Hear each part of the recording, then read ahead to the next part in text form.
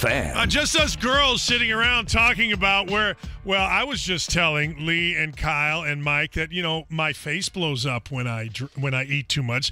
Kyle was saying, well, his ass, it gets a little bigger. That's just us girls sitting around talking, Lee Ross. It's what we do. Yes, it is. Little coffee clutch. A little something around. Thanks, Mike. We are on YouTube, courtesy of Mike. All you got to do is youtube.com, go to 1070 The Fan. I haven't changed clothes since yesterday because that's not what I do. I actually have. You took them off at least for I a minute. did. New podcast coming out this evening.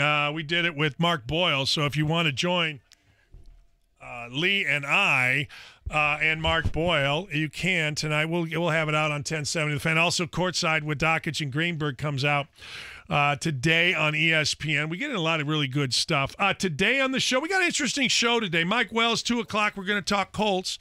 2:30, John Feinstein has a new book out. It's called The Quarterback, and it involves Andrew Luck. We're going to talk to him. 1 o'clock, we're going to talk to Seth Greenberg, and we're going to talk college hoops because college hoops, I think, is rolling.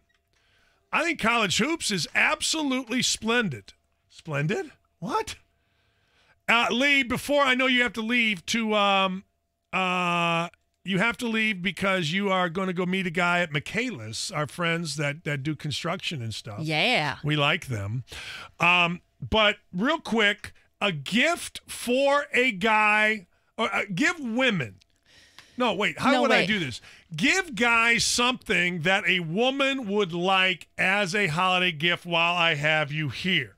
Just something easy guys can give their wife that shows they care a little bit. Easy is find her favorite spa, whatever that is. Women always have something. They either get their hair done, they get highlights, they get But hair massage. done, no.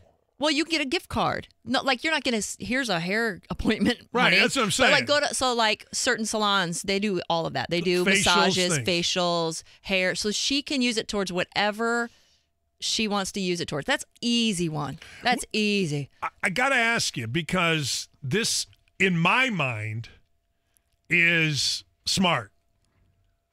In your mind, this might be offensive. Okay? Let's hear it. I'm so used to this stuff. You know our friends at Shape Reclaimed. Yes. Would you get your wife a weight loss program would that be like the best thing? But it could be the worst thing, right? I think it depends on if your wife feels. Like if she's mentioned like that. If she's mentioned, man, I really want to get back in shape, or I really want to try this, or I think personally, even a place like that, they do cool sculpting, they do Botox, I think. So those women are, yes, we're into that. So would it be better to give your wife something and say, hey, this is cool sculpting? Because every woman knows they got something. I mean, you're nuts. You're like built like a brick blank house, and you think you've got something you've got to get rid of. I think you'd go with the spa first. Yeah. Do something like that first, because that's what, some women are, they don't quite know how, if they want to do cool sculpt. And I don't even know the prices of all that stuff. But there might be, and a man should know, if his wife has been feeling like, I'd like to get some stuff started here. I want to get going with my weight. They know. All right, let me ask you this, because guys always say, I want to get my wife something, but I don't know what to get her. Clothes-wise. Like, the rule of thumb on women's clothes is don't get it for her. But like a gift certificate, like Leon Taylor and Company, this isn't an ad. This is just me talking. Like I go in there and they measure you, and it's really kind of a different, cool experience. Is that something women would like if guys went to Leon's and said, hey, let's try this? Yes. Really? Because I feel like the way it would shopping be really is now. awful right now if you said no. Yeah. So, you know what I mean? But no, I mean, really, that emphatic? I think the way shopping is right now. Yeah. Everyone likes the boutique, almost the personalized stuff. Yes. And I think women like that too. Honestly, until you go there and look and see, like they have a lot of for every taste. It's not like it's weird because when you go shopping as a guy, you really, I do anyway. I'll try something on, I'll pick it out, I'll like it, or I won't like it. Right. But when you go to a place like that, that's an experience, right? That's more of an experience. Yes. They're measuring you. You're picking fabric out. You're doing. It's real. Like if you're a woman and you want to get your guy something, I would tell you right now, spend a little money, get him something nice. But gift certificates from a place like Leon's is fantastic. Now I'm thinking about how I would like that. What am I talking about? I know. I'm thinking too, for a woman, a business woman, Yeah. like a great suit makes a huge difference. And you don't think about a woman going to actually get her own suit, because we usually just buy off the rack. Yeah. And but this is one place you go, you pick out your own fabric. Yeah, I think that'd be a great Yeah, idea. that's interesting. Now, I don't wear suits. Guy so just said your wife saved my Christmas. It's true though. You got to ask women. Yeah, I think it is tough. Women are tough to buy for. They really are. Like, remember I went and bought my daughter. I went to White House Black Market, which is a great place. Great place for me. Yeah. So I went and bought. I was like into I'm gonna buy my daughter a nice dress. It was a dress for a 40-year-old executive woman. It was really cute. But she was like, really, Dad? And wait, she was 16 at the time. Yeah. She wasn't 21 like she is now. Yeah. Like she may change. There might be something ridiculous looking back. She came down. She goes, what do you think? I go, you look beautiful. Yeah. She goes, really? I have a lunch and then I have Hey, Ben Orr asks, hey, can you buy your wife cleaning products like a nice vacuum even if she's asking?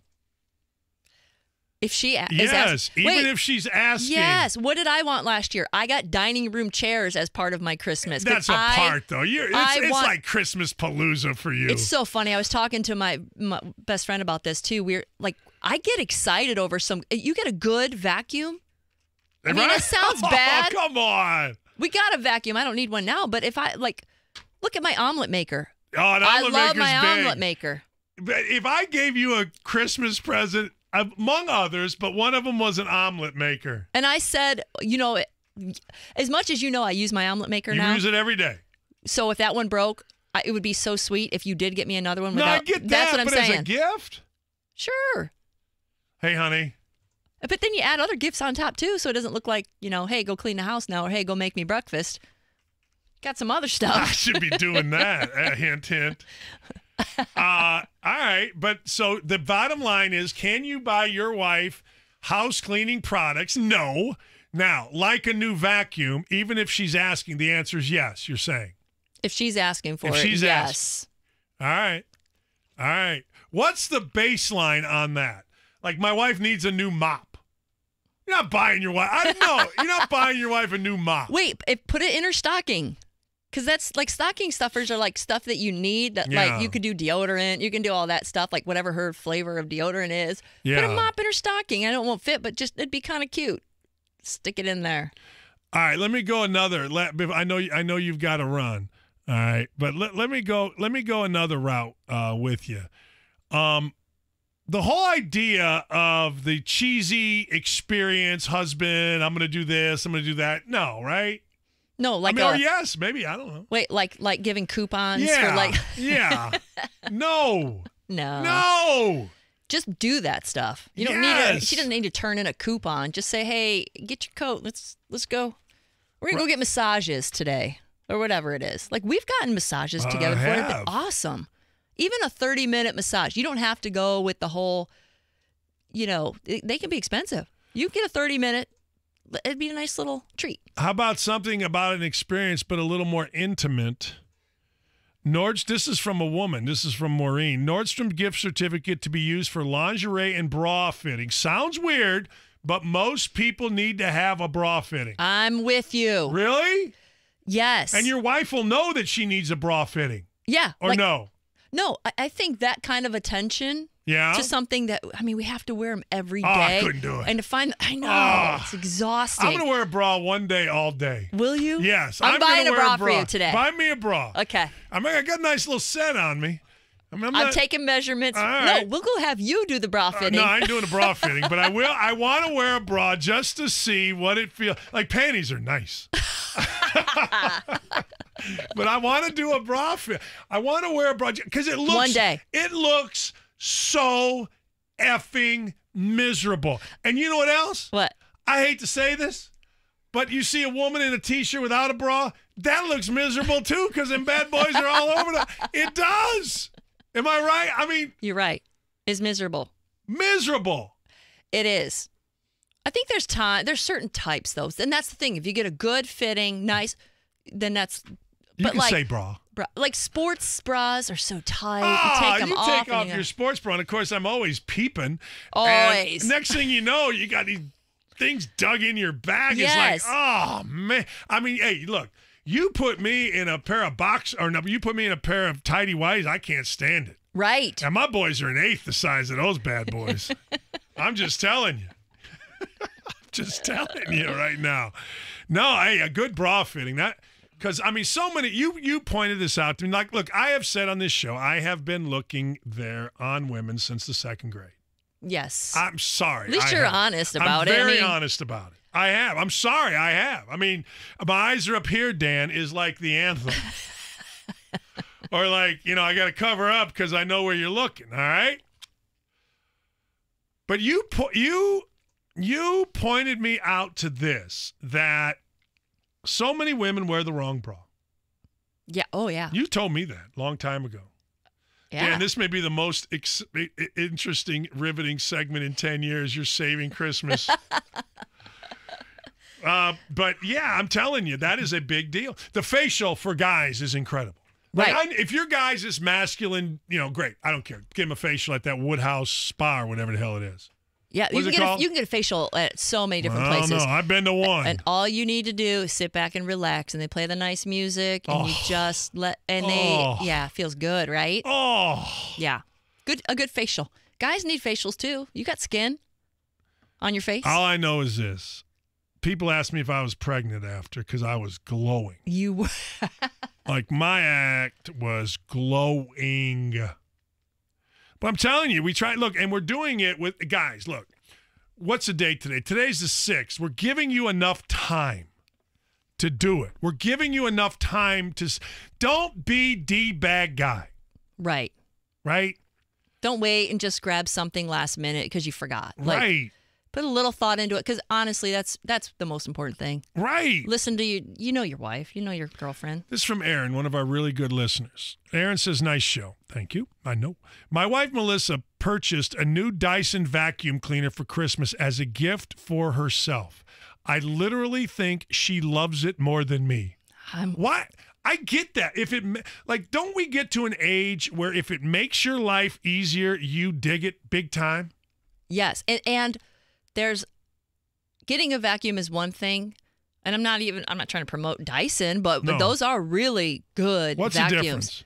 About $300, $400. They look like, I see them on TV, they look like the nuclear bomb could fit in them. They're awesome. I mean, just suction and just easier and lightweight, and there's just. But that's a decent gift. That is not an out-of-bounds gift. If your wife is a homemaker, if your wife likes to keep a clean house. If every wife, I think, kind of does. Most people like to keep a clean house. Most women care about the cleanliness of their house. Yeah. I think. Most women do. I get it. I mean, don't get it for a woman who only brings the cleaning ladies in. You know what I mean? Like she doesn't don't make ever it as use a it. hint. Yeah, no, right. Like, honey, I got you a vacuum cleaner. Yeah, right. You know what I love? Oh, this is a really good one, you guys. The Instant Pot. My pressure cooker, the Instant Pot. If your wife cooks. If your wife cooks, it saves so much time. And I'm telling you, that's like $100 or less. And it's something that wouldn't be like, hey, make me some, this is your job is to make food. It makes her life easier. I love hard-boiled eggs, 6 minutes. 6 minutes. You I did it put the easy. eggs in, pour 1 cup of water, turn it off, and walk away. That's the thing. And you leave it. You could forget about it. Go take a bath. Come back. Your eggs are done. It's good. What's it called? Instant Pot, or one of those pressure cookers, but Instant Pot is the one I have. Instant Pot is the easiest thing I've ever used. And you just push a button. Instead of having to sit there for 25 minutes watching water boil, you put water in it, you put the 6 eggs on there, you turn it on, and the eggshells come off easy. That's just one thing. You've made tenderloin. You made everything on that. That turkey cutlets I made the other day, and everything's moist because there's. There you go. That's a good one. There you go. Lee Ross, Dan Dockich. Thank me later. Yeah. Hey, last thing before you go. Why did you decide to pants me as I was walking around the kitchen last night? I'm just walking around, sweet as you please, minding my own business. Next thing you know, my wife comes up from behind, pants me. There's always an opportunity. Like, there's just the right time. And this is the last thing you were thinking at the moment. And I thought I needed to giggle, so pants had to come down.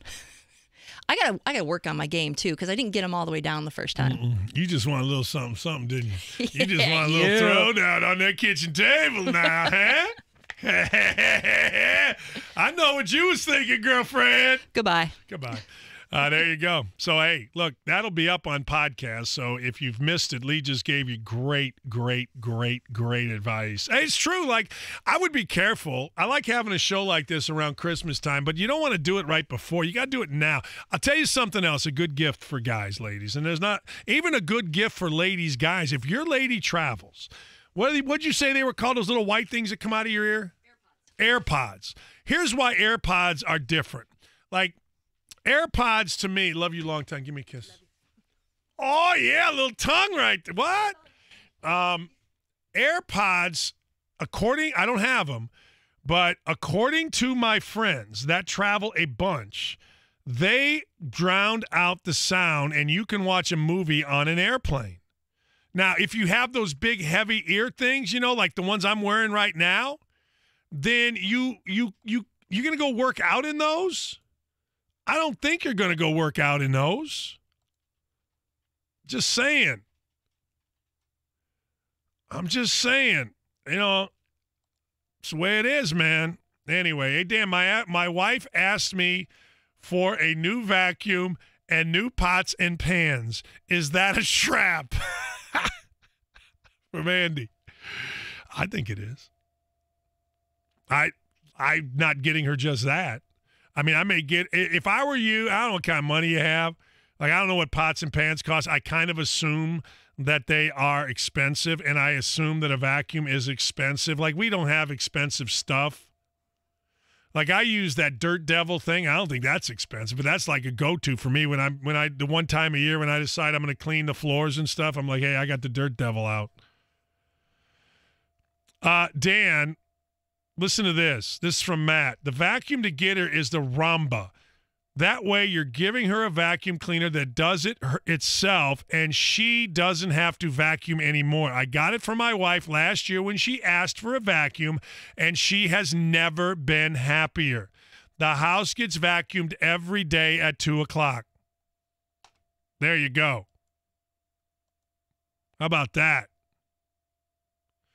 So just a little bit of, just a little bit of information. I don't know about new pots and pans, man. Yes, you can boil pasta in an Instant Pot. Instant Pot ribs are fantastic. You're right, Ben-Or. Instant Pot ribs are the bomb.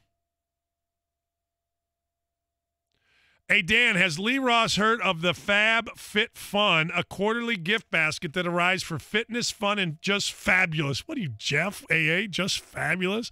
It's a great day 4 times a year. Yes, she has. She left now, but we've talked about that, and I might get it for her. Shh. She ain't listening. She's walking to the car.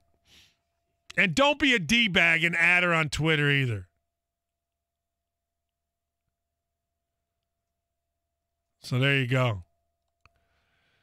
317-239-1070. I am up for all day today. Any gifts that you all want to say, let's go. I'm telling you, I do think a gift certificate. Hey, Dan, I work out in the Beats Studios. Have you ever put a pair over your ears? The best sound and very comfortable. Is Beats Studios the big heavy ones? Because I've had the big heavy ones, heavy and hammy, and I didn't like working out with them. They're big?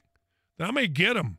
Because hammy, here's the deal. It's a combination of flying and wanting to watch a movie, right, or whatever, and working out. And the ones that I had, the big heavy ones, man, I don't like working out in those. And I got a big fat head, but my head sweats too much. Justin Timberlake, this is very sad, rescheduled his indie show to April 2nd. I had tickets to that. I was looking forward to it. It was on the 14th. We got a good show for you today. Seth Greenberg is going to join us coming up at 1 o'clock. John Feinstein, 2:30. John has a new book out. It's called The Quarterback. Mike Wells is going to join us at all. I'll take anything you want in terms of holiday gift ideas. But I did like that Fab Fit Fun thing. I got to look it up. But Ali was talking about it. And I always assume, now this is an assumption that I make. I always assume if my wife's talking about it, then she wants it. That doesn't mean it's always 100%, but it does mean if she's going to discuss it, then it's on the radar. Let's put it that way. Join the conversation, 317-239-1070. Also, I want to get into a little bit the Pacers. I have not talked of the Pacers, but I want to get into them a little bit. They go to Orlando on a first game of a back-to-back, then they come home here on Saturday. The East stinks. I mean, Toronto's good. You got to believe that by the time maybe we come back from break, Boston's going to be good. But the East stinks, and I also got to talk, and I'm going to come back with this. I got to talk about what Kevin Durant said about LeBron James in a little bit more detail, because I think it's really kind of fascinating. I do. I think it's fascinating how other players are starting to perceive what a lot of us that aren't media fanboys kind of already knew. We'll be back with that. Your phone calls at 317-239-1070. Go to YouTube. We are on there. You can go to youtube.com and you can search 1070 The Fan, and there we are. You can do that. You can join us on email, Dan@1070thefan. Hope everybody's having a great morning or a great afternoon now as we move into the afternoon. Come back. We'll talk LeBron James and why maybe players are tired of him. My house has a new glow. I love my windows. Universal Windows Direct. Hey, it's JMV. Right now, for every window you buy, you get the next one free. No limits and 0% financing for 36 months. And Colts tickets, a proud partner of the Colts. 317-547-2600. Like me, you'll be saying, I love my windows. I love my windows. They've got that brand new home effect. Universal Windows Direct. Life never stops moving. And between the 30-minute commutes, the daycare pickups, and that weekend trip to Grandma's, you're racking up the miles. What you need is a tire that can keep up, like the new exceptionally long-lasting Michelin Defender tire. With an 80,000-mile warranty and the safety you expect, you can forget the miles and focus on conquering your to-do list. Stop by Big O Tires in the Indianapolis area, and their experts will make sure you have the tires designed for a luxurious ride and confident control of the road. The team you trust. Big O Tires. Dan Dockage here. Does your company need stronger talent to grow your business? Without the best talent, it's hard to win. Joe Huffine and Kingsley Rose are helping companies all over the country in multiple industries recruit top talent. Private equity firms, multi-billion-dollar firms, and small companies are hiring Joe Huffine and Kingsley Rose to build management teams, sales teams, operations, IT teams. Need a CFO? Sales leader or CIO? Visit Kingsley-Rose.com, one of the only retained search firms in Indianapolis, Kingsley-Rose.com. Hey, Dad. I wanted to remind you that the holidays are close. Real close. And Mom and I don't need wool socks again. At Helzberg, you can get jewelry for Mom and get a free Nintendo Switch system for me. 2 gifts in one trip.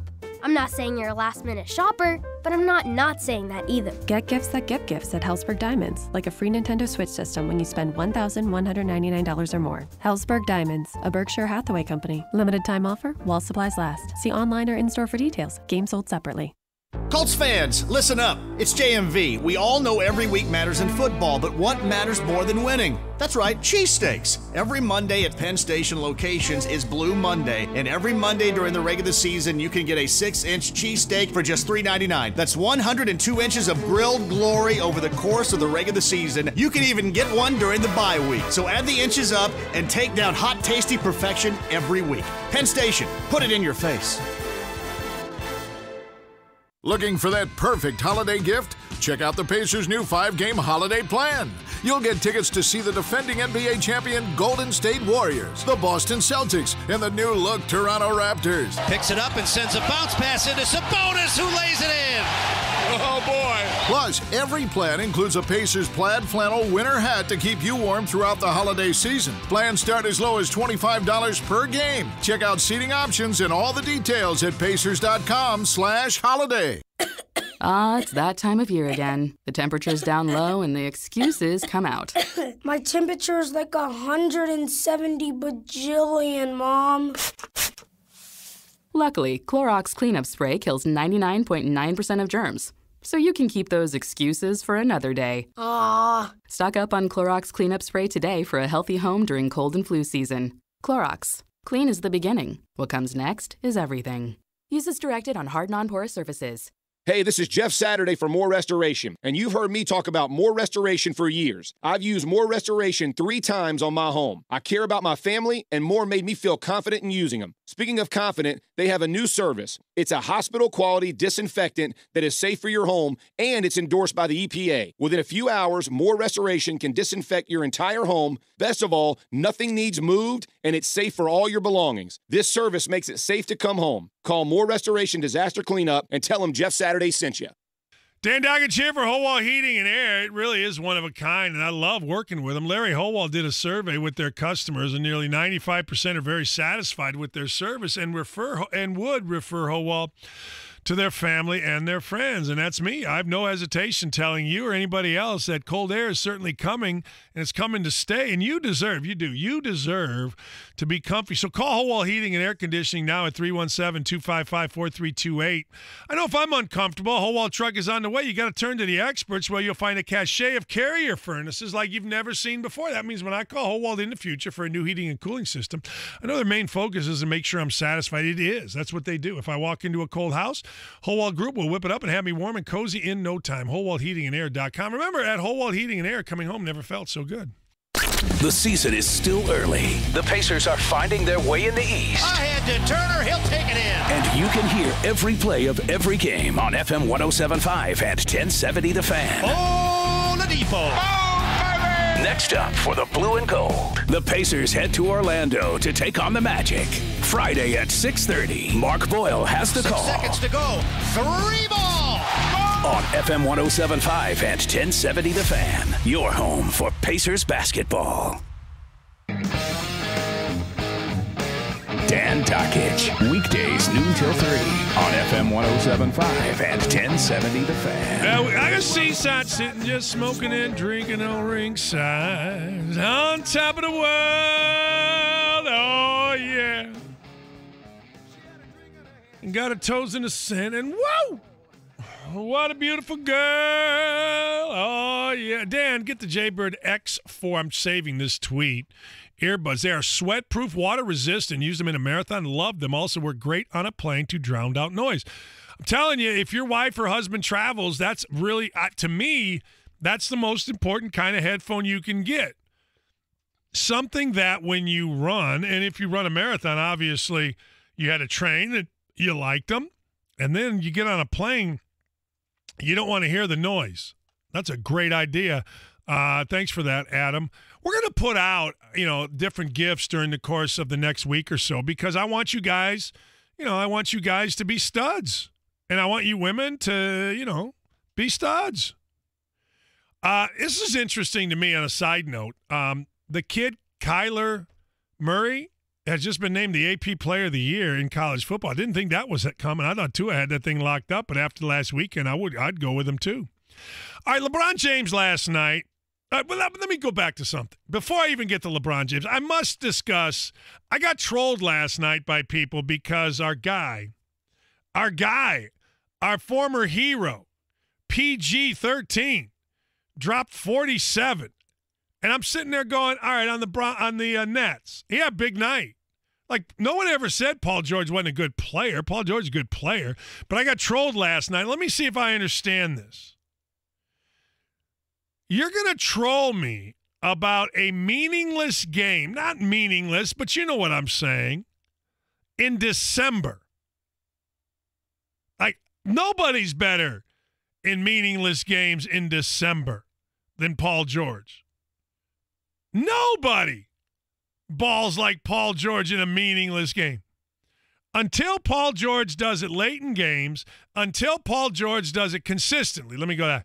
Consistently late in games. Let's put it that way.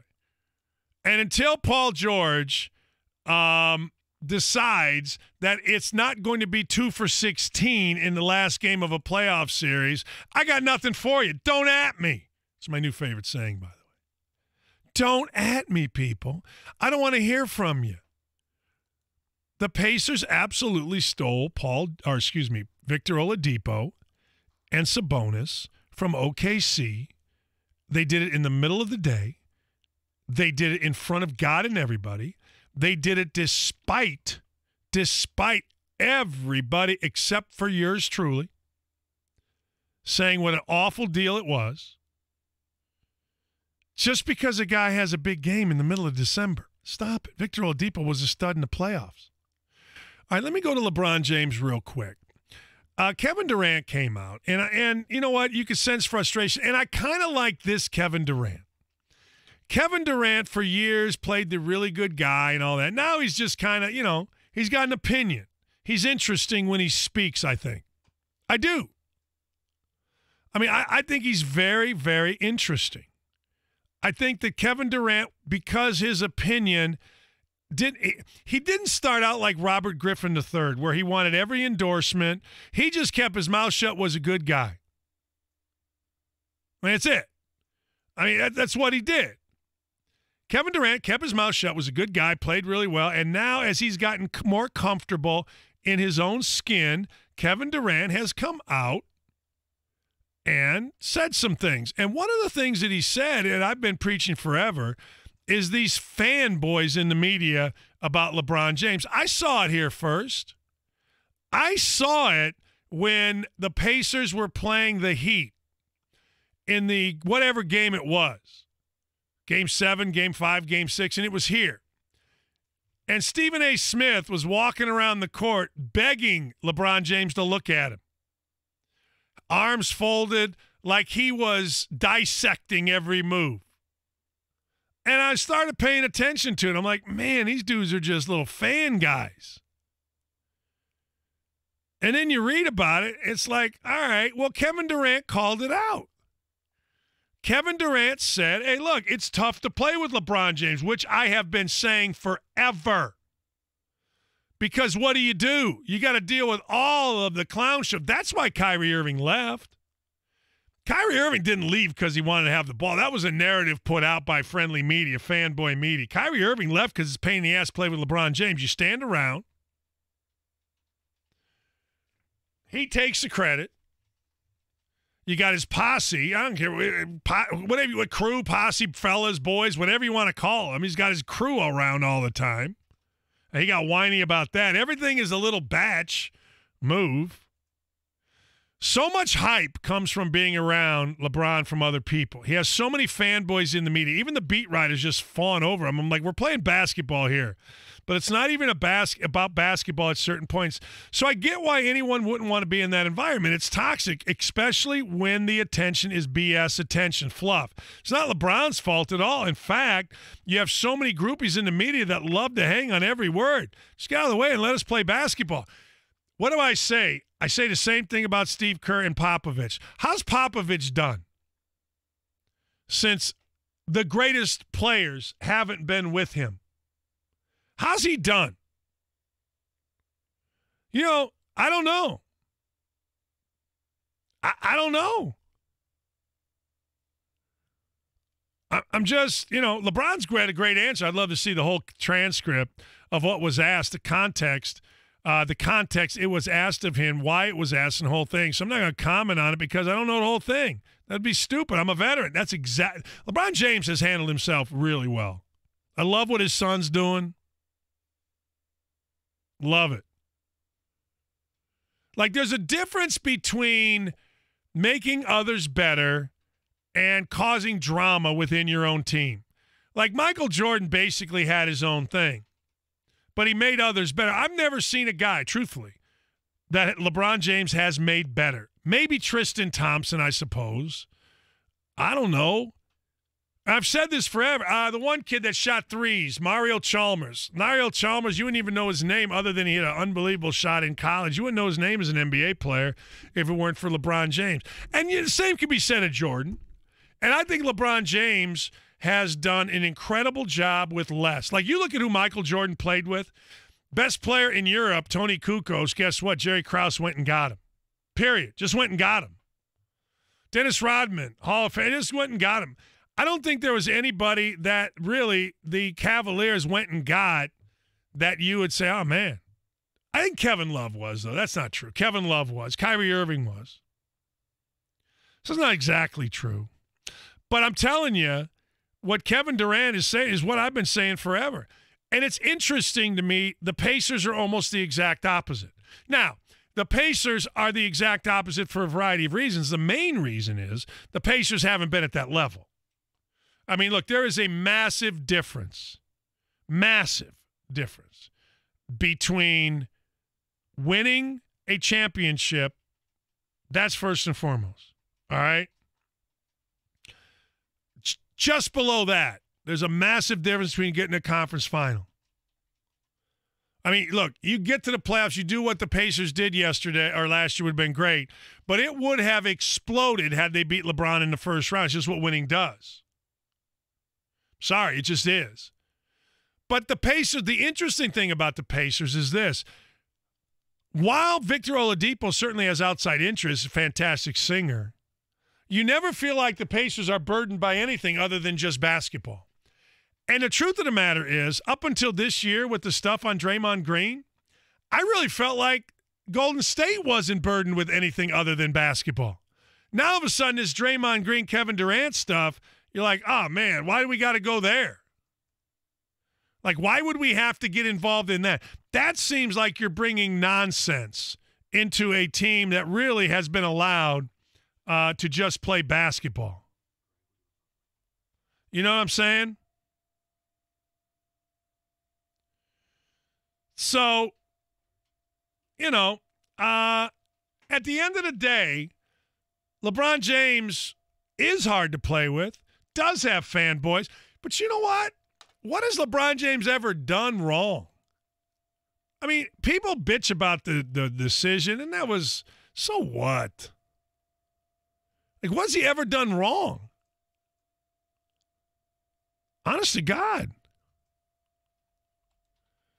What, like, has he, I don't know. And he's like Derek Jeter in that sense, except he's married and his kids, and he's always around him, and he's kind of a little kid with his kids, which I think is awesome. But what's he ever done wrong? Nothing. So maybe, just maybe, they should be fanboys. I mean, if you're going to be fanboys of freaking Mike Loxley, why not be a fanboy of LeBron? What you got, Greg? I think until Durant joined Golden State, Pippen was the best second player on any team of all time. And LeBron's had... I got to argue with you. You mind me saying Kareem Abdul-Jabbar when Magic first got there? He was kind of old. I don't disagree that he was still really good. Yeah. But there's an argument Durant's the best player on the Warriors. It's not his team, but he's the best player. And then you've got that Cavs team, and I think it was 2007 that went to the finals. That was just absolutely horrible. Yeah. LeBron was great, and he would absolutely carried the team, but he didn't score 97 a game. He had a little bit of help that they helped him get there. Right. He obviously led the charge, but, you know, guys like Larry Hughes and Boobie Gibson, if they were on this Pacers team, they'd ride the bench.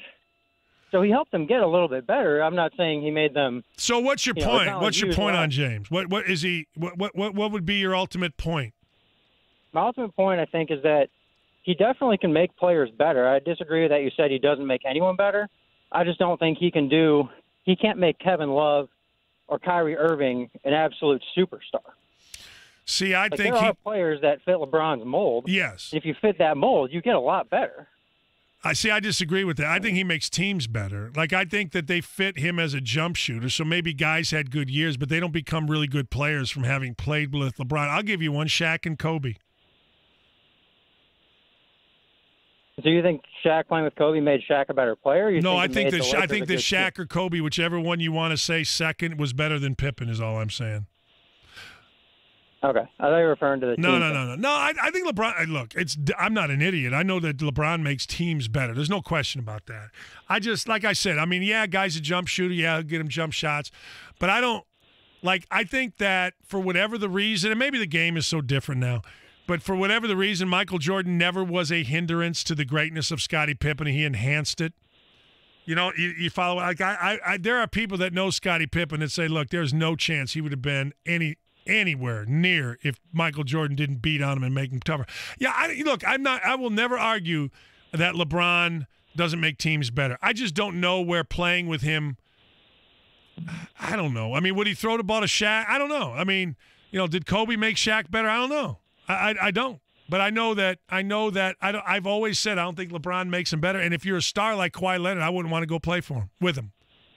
Do you have time for one more question? Yeah, go ahead. So LeBron's never had a big man that was dominant. You said the best one he's had is Tristan Thompson. No. Ilgauskas was much better than people give him credit for, but he got hurt. So go ahead. So if the Lakers get Davis, do you think LeBron would hurt? Because he's not a shooter, but LeBron's never really had a dominant big man. Do you think that would help? Yeah. LeBron's style of play, I think, would fit a big man well, but no one's ever tried complimenting him. You know what they say? The NBA guys tell me about LeBron and big men, it clogs it up, but I don't buy that. I've had NBA guys tell me that, said it never really clogged it up for Jordan. They always had a big guy that could pass. That's why they never really, their big guy was fairly specific. Bill Cartwright was a older guy that understood how to play and pass out of low post. Shaq obviously was the big old guy. Greg, I appreciate your call. Good stuff. We'll come back. We can continue the conversation. I'm not saying LeBron's not great. I'm not. I'm just saying that I totally get what Kevin Durant said. I do. I think it'd be very difficult. And I'm not just talking about on the court. We'll talk about that when we come back. Chad and Tyler Peterman for Peterman Heating, Cooling, and Plumbing. Before Old Man Winter arrives, there's still time to call Peterman for our $59 preseason furnace tune-up. It's a great way to make sure your home stays comfortable in cold weather. And at just $59, our furnace tune-up is a smart investment for your peace of mind. But don't delay. Winter will be here sooner than you think. Schedule your $59 preseason tune-up today. Call 859-4270. Peterman's the way to go. Hey guys, good news. The outrageously expensive Little Blue pill is now generic, which means you can get the prescription medication to treat ED at affordable prices. And Hims makes it extra affordable. Right now, get your first month supply for free. All you pay is just $5 for your medical consultation when you go to 4hims.com/perform.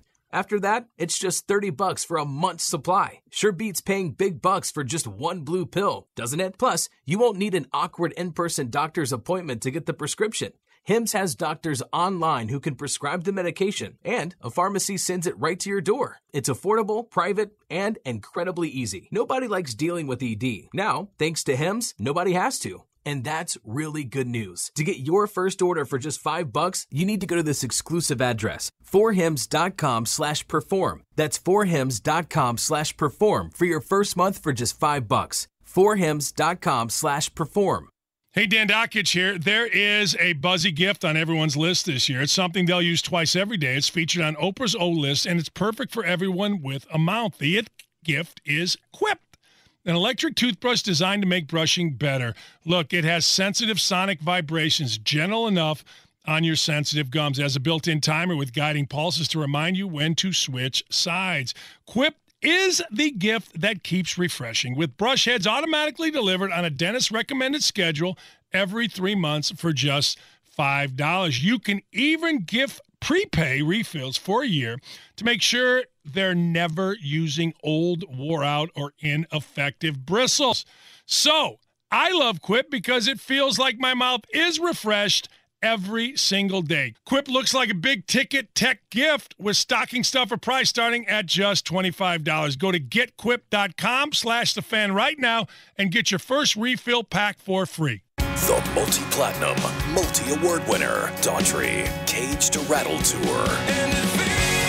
This Saturday night at 8 p.m., Marah Theater at Old National Center. All the hits and songs from the new album, Cage to Rattle, available everywhere now. Research tickets are on sale now at the venue box office or online at Ticketmaster.com. For Daughtry, part of the Cricket Concert Series. 'Twas just before Christmas, and all through the town, the perfect gift for women could not be found. They hinted for diamonds, for sparkle, for bling. But at most jewelry stores, that means cha-ching, cha-ching. So what to their wondering eyes should appear but Diamonds Direct, and shopping without fear. At Diamonds Direct, there's no risk, no worry, no stones without shine. Just the best cut diamonds, virtually straight from the mine. Diamonds Direct imports directly to you. Higher quality, lower prices, best selection too. Give her more diamond, more more sparkle, more glow. Shop Diamonds Direct and wait under the mistletoe. Get her the perfect gift this Christmas from Diamonds Direct and spread your payments over 3 years with 0 interest. Rings, earrings, bracelets, bands, everything's included. How about a $4,000 tennis bracelet for just $111 a month? 3 years, 0 interest now through December 31st. Make Christmas magic this year with a trip to Diamonds Direct. Best price guarantee, expert guidance, and free gift wrapping too. Open every Sunday in December on approved credit. Diamonds Direct. Keystone at the Crossing. Hey, it's Dan Dockage here for Hubler Chevrolet. Go to drivehublerchevy.com to find the latest and greatest in deals. Also, the largest selection of Chevys in the state of Indiana, including the Silverado. You know I love the Silverado. Go to drivehublerchevy.com. Chronic headaches, constant sinus infections, pain and pressure. The fatigue was overwhelming. That's Karen. She suffered for years with chronic sinus infections. She'd go to urgent care, see her doctor. And we would do the same thing. Steroids, antibiotics, nasal sprays. Now, her issues are gone. How? A minimally invasive procedure done in the office of Indianapolis Sinus Center called balloon sinuplasty. Now my sinus cavities are open. You can breathe on a constant basis and not get sinus infections. I don't get headaches anymore. I don't take naps anymore. I'm like, oh, this is miraculous. Do you suffer with chronic sinus infections, facial pain, pressure? Is it difficult to breathe through your nose? Find out if balloon sinuplasty is the solution for you. Set an appointment today with the Indianapolis Sinus Center. Call 317-528-9650. 317-528-9650.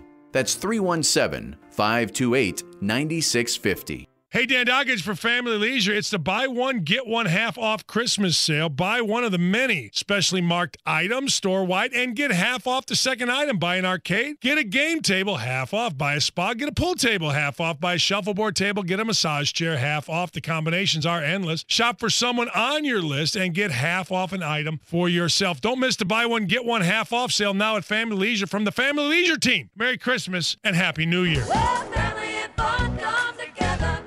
JMV here. Later on at 3, it is going to be a doozy. Charles Arbuckle of Sirius XM talks college football. Mike Chappell, Colts and Texans, bad and batter, and more at 3.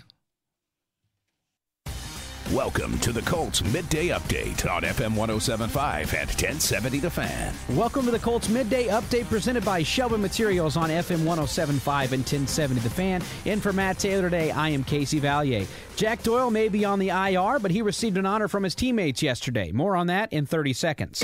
All right, you have the perfect contractor for your project. Now it's time to get your concrete company. Have they called Shelby Materials? We stand behind our work and products. Why? Because it's the right thing to do. We only do quality concrete and aggregates. And we work with an experienced staff that cares. Need a stadium, parking lot, highway, or driveway? Remember, when you're ready to pour, Shelby has your back. We know concrete and aggregates. Learn what you need to know, ShelbyMaterials.com. Jack Doyle will miss the remainder of the 2018 season with a kidney injury he sustained during the game against the Dolphins. It had already been a tough year for Jack as he was sidelined for 5 weeks with a hip injury prior to the kidney injury he sustained. He's coming off his first career Pro Bowl season in 2017, and on Wednesday, it was announced that he is the 2018 Ed Block Courage Award recipient for the Indianapolis Colts. It is an award that is given to a player on each NFL team voted on by their teammates. The award recognizes courageous play by an individual. He, along with 31 other players, will be honored at a banquet in Baltimore coming up in March.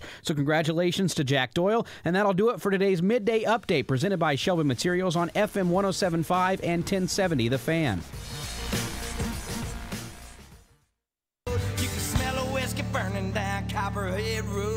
Dan Dockage, weekdays noon till 3 on FM 107.5 and 1070 The Fan.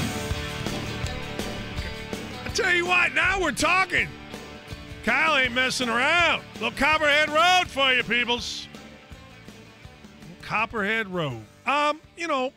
Back to the conversation about, LeBron James. See, the thing that I'm torn because I think, LeBron James is fantastic, and Kevin Durant's right.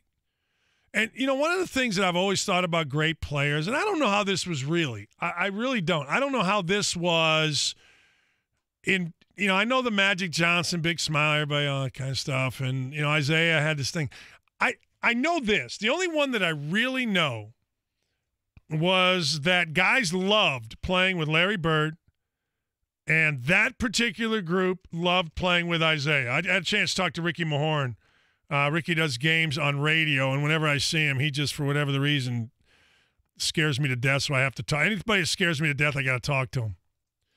But Ricky Mahorn talked about how great it was to play with Isaiah for a variety of reasons. One, unless you play with Isaiah, and I didn't play with him, but in the summers, he would come back a few years until he and Knight got completely sideways, and I would play, in some games with him. And he was just a fantastic guy to play with.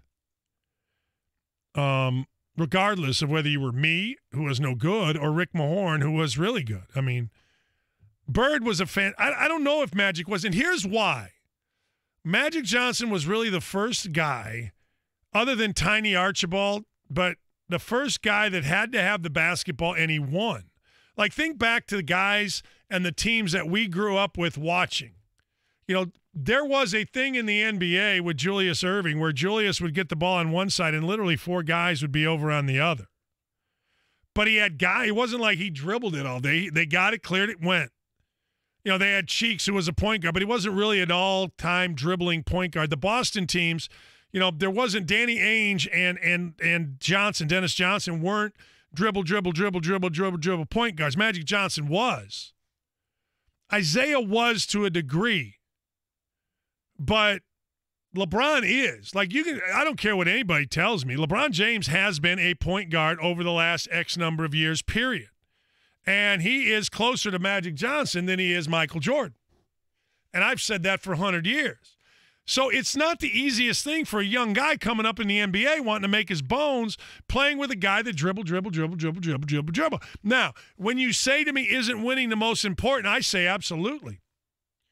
But I really wonder in this day and age of all the, quote, glory that comes from winning. I'll give you an example. You know the names Mahorn, Dumars, Rodman, Sally, Lane Beer, McGuire was on that team, Dantley, all those guys. You really don't know the names anymore of guys on teams when they're not the star, even if they get to the conference final. Like, the names of the guys on the Pacers when they went to the NBA Finals. But I guarantee if you ask 20 people, nobody's going to know outside of here. Same thing last year. Like, who's the 6th man for Golden State? The 4 guys. But even with Jordan and them, you knew Rodman, you knew Pippen, you knew the big guys. You knew all those guys. It's interesting. We are so, and this is the way the NBA has done this, and this is intentional. And this is where I love how Vic Oladipo goes about his business. The NBA intentionally has built this through stars. I mean, the NBA, if you look at it, the shoes are a guy. Michael Jordan started the shoes being the guy. Michael Jordan started that whole deal. Bird and Magic tried, and it was good. Like, Converse had iconic commercials. But Michael Jordan took it to a completely new level. This is my brand. Well, that's the way the NBA is built. And so if you're a young guy and like Kevin Durant, Kyle and I were talking about this yesterday. Kevin Durant was 25 and 15. He was 25 points, 15 rebounds as a player before he came and played in Cleveland. I mean, 25 and 15, correct me if I'm wrong, but doesn't that get you in the Hall of Fame? I mean, I don't know, but I know this. I'm sorry, did I say Durant? I meant Kevin Love. Kevin Love was 25 and 15. I mean, damn. 25 and 15 is, I'm sorry, but it's legendary type numbers. You go 25 and 15. Whew. And then all of a sudden, because he plays with LeBron, he's viewed as a secondary guy. No, I mean, I never went 25 and 15. 26 and 12 in 2014. The year he left, hasn't been in the 20s yet. 26 and 13 in 2012. 20 and 15 in 2011. I mean, damn. It's pretty good. Isn't it? I mean, that's really good. We'll get back and continue this conversation. Then he goes and plays with LeBron. All right, 16, 16, 19 when LeBron left. Well, maybe LeBron was there. 17 was LeBron. Yeah, this is the first year gone. Yeah. Yeah, so we got 19 one year, and then, 17, 18. We'll continue the conversation, but that's why I kind of interesting. I'm really interested in what the Pacers do because they're building it a little bit different. Bob, hang in there. We'll get to you on the line. Anybody wants to call us, 317-239-1070. Think you know Colts football? 57 yards. But do you really know what's happening? It's not just football season. It's Venturi season. This is Rick Venturi. I'll be breaking down the Colts play all season long on The Fan, presented by the District Tap, located on 82nd Street, just east of Keystone Crossing. 60 beers on tap and damn good food. Catch the Coach with JMV Mondays, Wednesdays with Dan Takich, and Grady and Big Joe on Fridays. Presented each week by the District Tap. One of the great things in life is intimacy. It's a key part of how we express ourselves and share with the person we love. Physical, emotional, and spiritual intimacy. As much as we want to share that intimacy, there are times it just doesn't seem to work out. 40% of the time in men over 40, it just doesn't work. Many couples go months and sometimes years without addressing erectile dysfunction or other sexual issues in what can easily be resolved with just one visit to the Indianapolis Men's Clinic. Our Indiana licensed providers use FDA-approved medications to get intimacy back into your relationship in just one visit. There is no need to wait any longer. We are here for you, both of you. Call 999-9000 to set up a private consultation. 999-9000. The clinic visit, evaluation, and testing of the medication is just $99. IndyMen'sClinic.com for more information. 999-9000. Hey, does your company need stronger talent to grow your business? Without the best talent, it's hard to win. Just like in hoops, Joe Huffine and Kingsley Rose are helping companies all over the country in multiple industries recruit top talent. Private equity firms, multi-billion-dollar firms, and small companies are hiring Joe Huffine and Kingsley Rose to build management teams, sales teams, operations, and IT teams. Need a CFO, sales leader, or CIO? Visit kingsley-rose.com. One of the only retained search firms in Indianapolis, kingsley-rose.com. Hoosier fans, it's Indiana basketball time. IU Basketball Mini Series tickets are now available in 6-game or 3-game ticket packages, as well as individual games.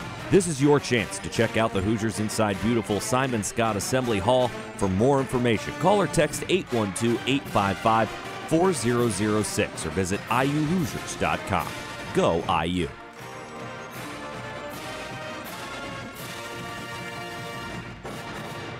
Hey, what better gift to give yourself this holiday season than the gift of vision? Dan Dockett here. I've been telling you about my life-changing LASIK experience with 2020 Institute. It was safe, painless, and it worked. 2020 Institute is a local company with a highly experienced local surgeon, Dr. Zay. Get in for your complimentary consultation and have your procedure on December 7th, tomorrow, for $700 off and get a $100 Visa gift card. Book now at 2020indy.com. That's 2020indy.com. Tell them Dan Dockett sent you. It's a new season, and the Colts are chomping at the bit with a new coach and a new attitude. Oh, and our luck is back, baby. Hey, it's JMV. Join me at Old Pros Table in Broad Ripple on Friday with your chance at Cowboys-Colts tickets, courtesy of Bud Light. Here's to the beer you can always count on. Bud Light, brewed with 4 essential ingredients to be America's favorite light lager. I'll see you Friday at Old Pros Table in Broad Ripple. Bud Light. Friends show up on game day. Please drink responsibly. Hey, Dad. I wanted to remind you that the holidays are close. Real close. And Mom and I don't need wool socks again.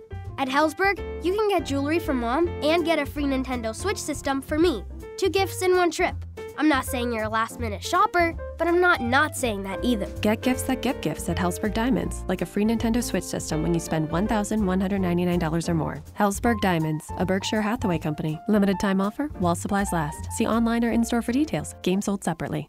With this job, having 2 hands won't cut it, which is why I thank the stars I have a third. Grainger. When my 2 hands are full, I fully rely on Grainger.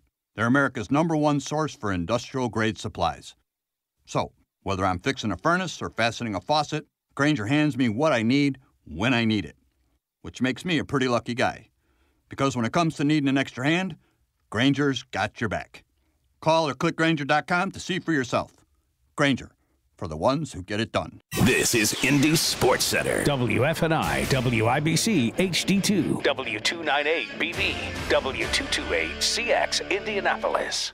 Coming up on Friday, an NFL matchup with both teams capable of deep dishes. So why are we focused on the defense? And is a playoff perennial headed for the danger zone? Plus, is there a potential NBA Finals preview happening Friday night? Golic and Wingo, Friday, 6 Eastern, ESPN Radio, ESPN2. The electric slide. Dan Dakich, weekdays noon till 3 on FM 107.5 and 1070 The Fan. The electric slide, one of the all-time dances back in the day. People never knew how to do it. All right, let's take some calls. I've been talking about LeBron James and the Pacers. I love the way the Pacers have built this. You know, again, just to recap for a minute, but in a star-driven league where the stars are out in front from anything from shoe companies to endorsements to going overseas to being the face of your team, the Pacers have built this with a star. Anybody thinks Victor Oladipo isn't a star is crazy, but he's not a shoe guy star. He's not a guy that was a star his whole life, and everybody got to deal with it. Like Dirk Nowitzki was a star his whole life. Hell, I remember getting his name and passing it on to Craig Hartman at Indiana to recruit him 100 years ago. But anyway, you know, at the end of the day, you just build it and you hope. Hey, Dan, Kevin Love never made the playoffs. Somebody has to get numbers on a bad team. No, you're absolutely right, Terry. You're absolutely right. No, you're right. You're absolutely right. Terry Jones, you're absolutely right. Kevin Love never made the playoffs until he got with LeBron. Somebody has to get numbers on a bad team, right? All right, but here's the other way of looking at that, Terry. Kevin Love might have wanted to be the LeBron of Minnesota. Give me good players. Do you see what I'm saying here? Bring me a guy that averaged 20 and 10. Now, I mean, there's basically two classes in the NBA: superstar, role player. Period. That's it. Like, say whatever you want. Sabonis, a role player. Oladipo, superstar. You have a chance here because the one guy that has the ability and the length and the size in the game from a skill standpoint to be a superstar is Miles Turner. He does. But the truth of the matter is it hasn't come yet, but he's only 22. What the hell? But if I'm Kevin Love and I'm in Minnesota, this is what Kyrie Irving just did. I want to be the guy you all are building around.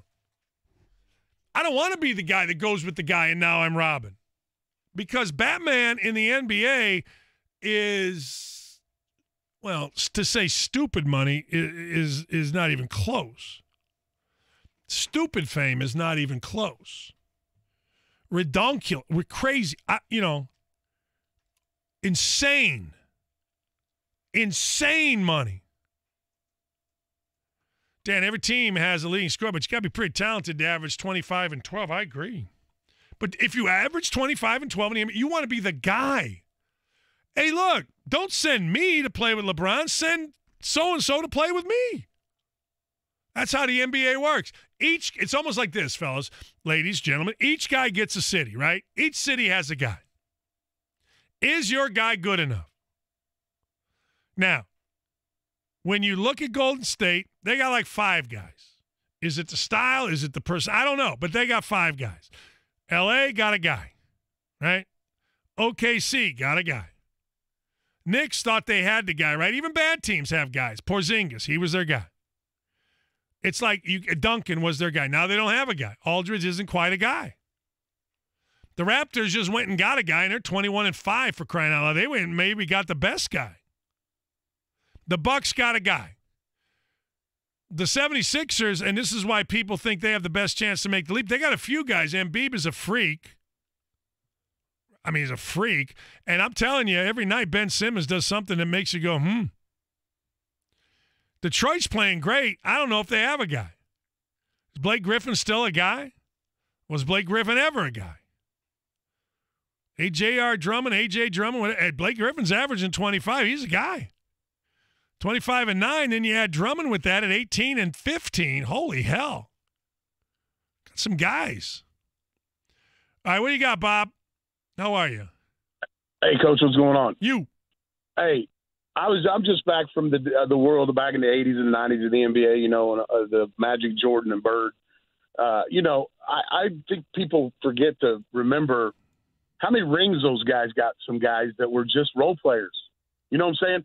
I mean, there was a lot of rings got by guys that were just, like you said, role players, like Jerry Seasting from Martinsville. He fit right in there like a glove with the 86 Celtics as a sixth man. Like you said, Vinnie Johnson, remember, off the Pistons, came off the bench, the microwave. If you remember, right, Steve Kerr hit a shot in the finals in the 90s. Jordan threw in the ball, hit a 15-footer to win the game for him in the finals. I mean, Bobby Hansen, people like that, Stacey King, Craig Hodges. Think about those guys that got rings. Bill Winnington, Luke Longley, they all got rings with Jordan.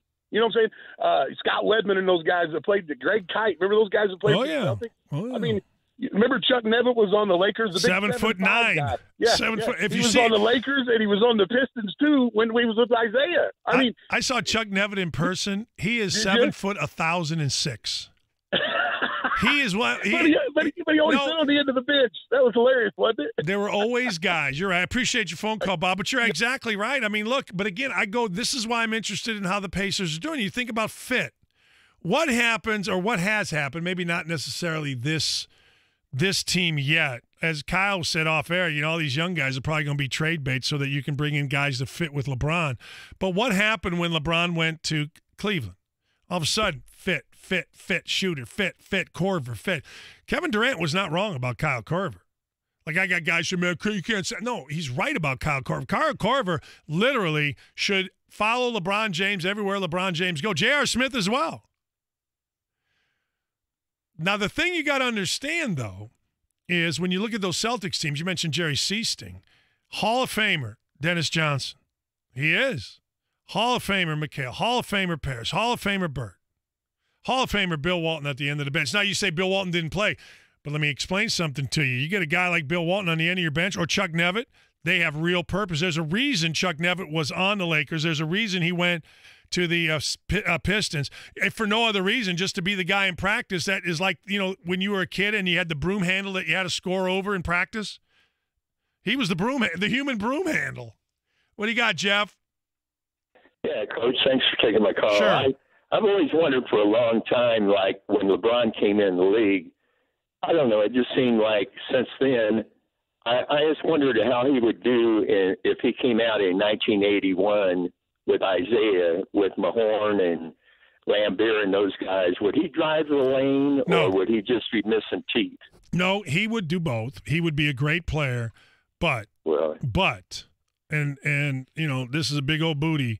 He would not nearly be as free to play the way that he is playing, because you get we've seen him scream, yell, and have to be carried off when he's had cramps. He would have gotten, I say this about Curry too. This isn't just LeBron James, Jeff. Right. Steph Curry drives to the lane at 6'2", 105 pounds.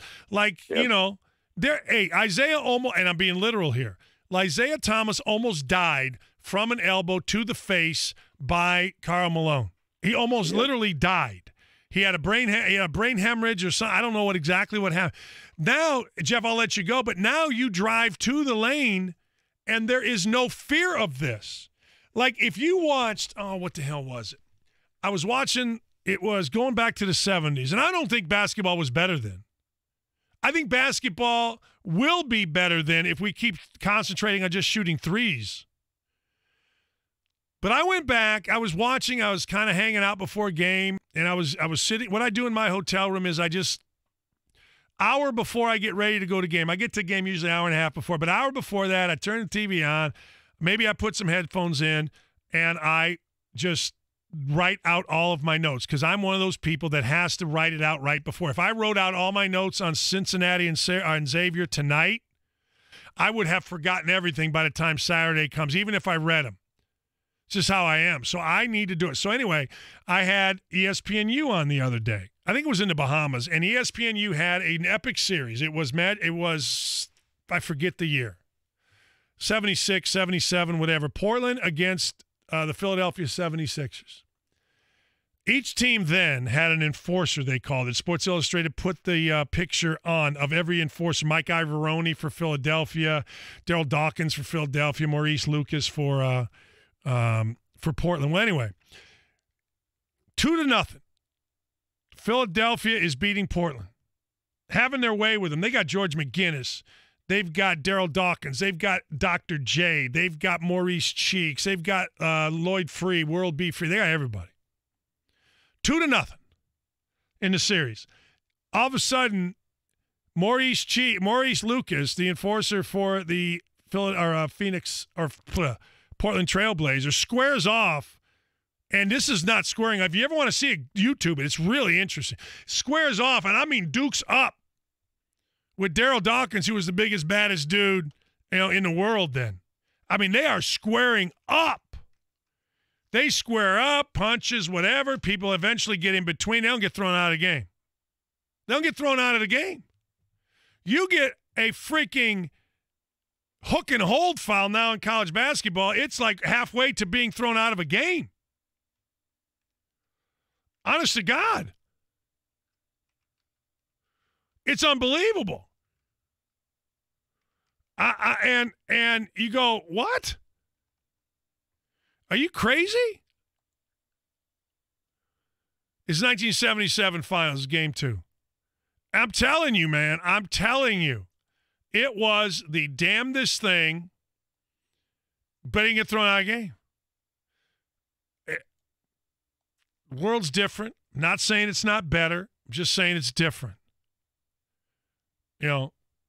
Just saying it's different. And by being different, it's probably made it better. Hey, Dan, did Kurt Rambis get thrown out of the game for the clothesline play? No. Any of those plays that you see, any of them, nobody got thrown out. You never got thrown out of a game. The only people that got thrown out of a game were coaches. Or the only way you really got thrown out of a game was if you went at another guy and then yelled at the official. So Kyle and I are fighting. I don't get thrown out for the fight, but if I start MFing the officials, I'm out. I'm telling you. I'm not sure, I would assume, but Rudy Tomjanovich got punched by Washington. I forget, Kermit Washington. I'm not sure he got thrown out of the game. Maybe. I don't know. Just different. I think LeBron would be a great player in that era. I do. But I honestly don't think that he would be nearly as comfortable. And I'm not sure Curry would be a great player in that era. I think he'd be a great shooter in that era. But, man, that dude is little. That dude goes to the rim. That dude basically sticks his finger up the nose of guys that are twice as big as him. It's like, man. And nobody can retaliate. Steph Curry's actually a little microcosm of society. Guys are always chatting, but you can't retaliate against them because, well, it'd be on you. I've said forever somebody needs to knock Steph Curry on his backside and let him figure it out and see what happens. That's what I've said that forever. What you got, Ramon? Hey, my brother from the Northwest Indiana. Dellavedova did knock Curry down, and he got mad and cried. Remember the first time Cleveland played Golden State? Dellavedova was in his jock strap.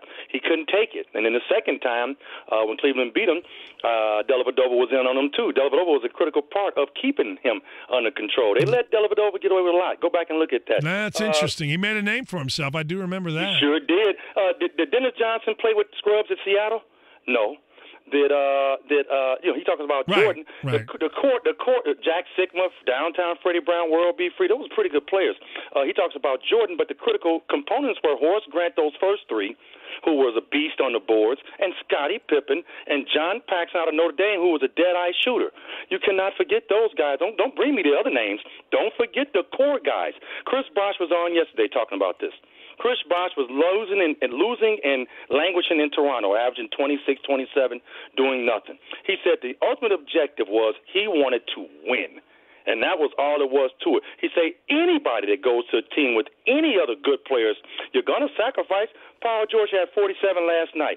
Don't you think that's because Westbrook may be taking a little bit off of his own? Right. To finally let Paul George do his thing, you know what I mean? Period like that. So the great player, if you give him to other players, he's going to make sure they're fed from my history of looking at the sports, and what do you think about that, Dan?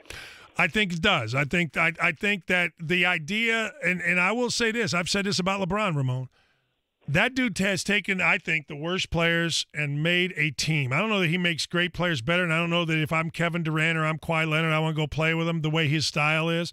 But I will say, you cannot even tell me that he has taken less. Michael Jordan had great play. I said it earlier, Ramon. I said, look, the best player in Europe was Tony Kukoc. Jerry Krause went and got him.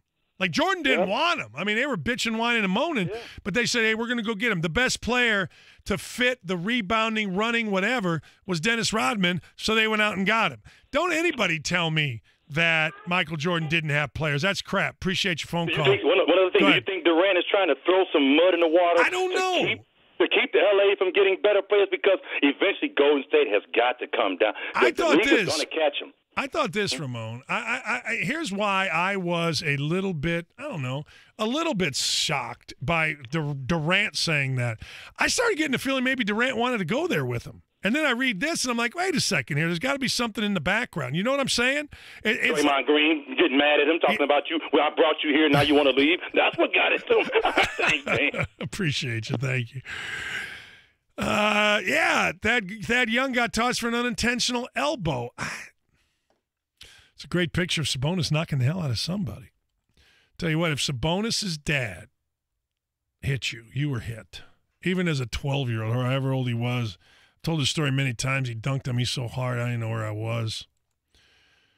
But, again, that's not to say somebody's not great. I'm just saying, all I'm saying is this.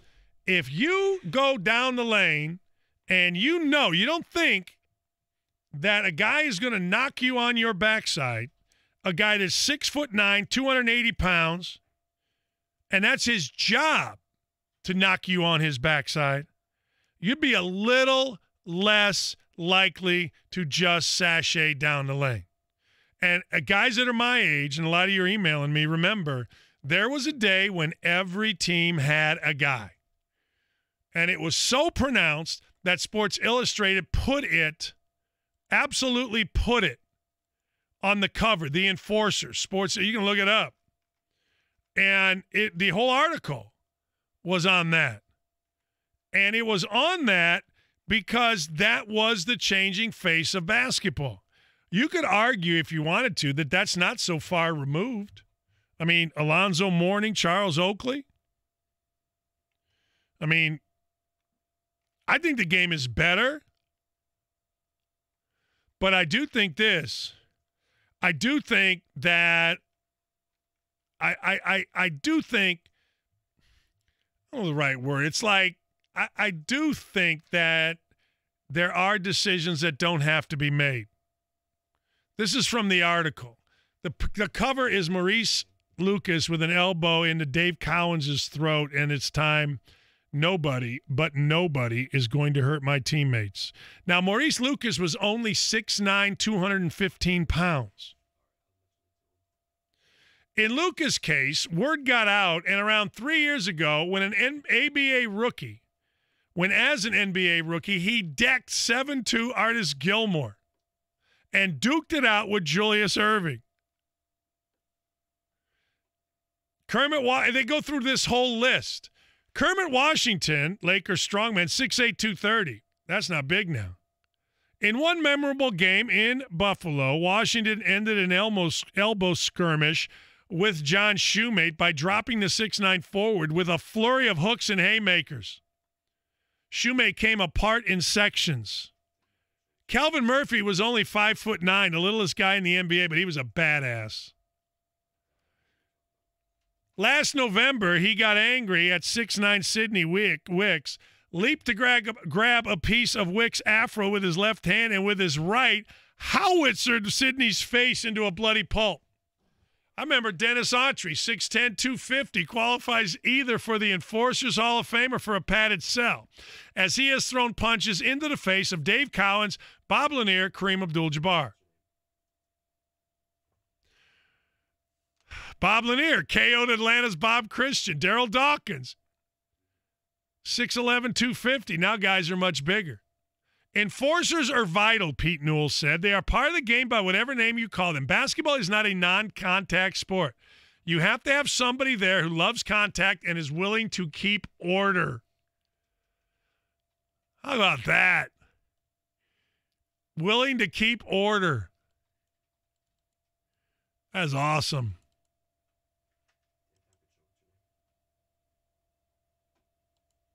That is awesome.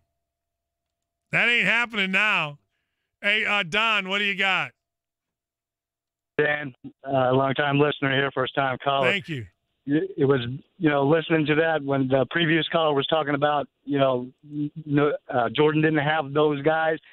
And what you were talking about as far as the enforcer, that terminology has gone away from today's game because obviously, we want that high-end scoring because that's what it's all about. But, when we look back to the old days, it was all defense, and, you weren't going to come down there and try and do a dunk without getting your head knocked off. So, do you think it's a better game?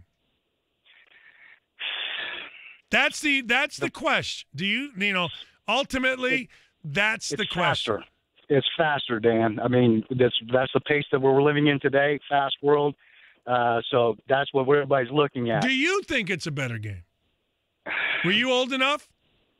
I am old enough. I like the old style. I like you got to come in there and earn your buckets. You got to earn it. Yep. Interesting. Yeah. Appreciate you. Thank you. Bob, what do you got? Well, a couple things, Doc. The enforcer. Yep. We even did that in high school. Somebody come in there, you get your 5 fouls. They knew who was the boss when they come in there. But what I wanted to tell you was my brother-in-law was the pit boss in Cleveland for the big room, and he said he had baseball players, football players, basketball players come in, and he said LeBron was always a gentleman and had respect. He said not all professional athletes were like that. He said LeBron was that way every time. Yeah, I'm glad to hear you say that because when Kyle put this on there, LeBron being a good guy, I didn't know which way that was going to go. Maybe you had a story about him not being a good guy. You know what I mean? So I'm glad to hear you say that because I swear to God, Bob, I'll let you go because I got to take a break. But I'll tell you a story of recruiting LeBron's high school when we come back.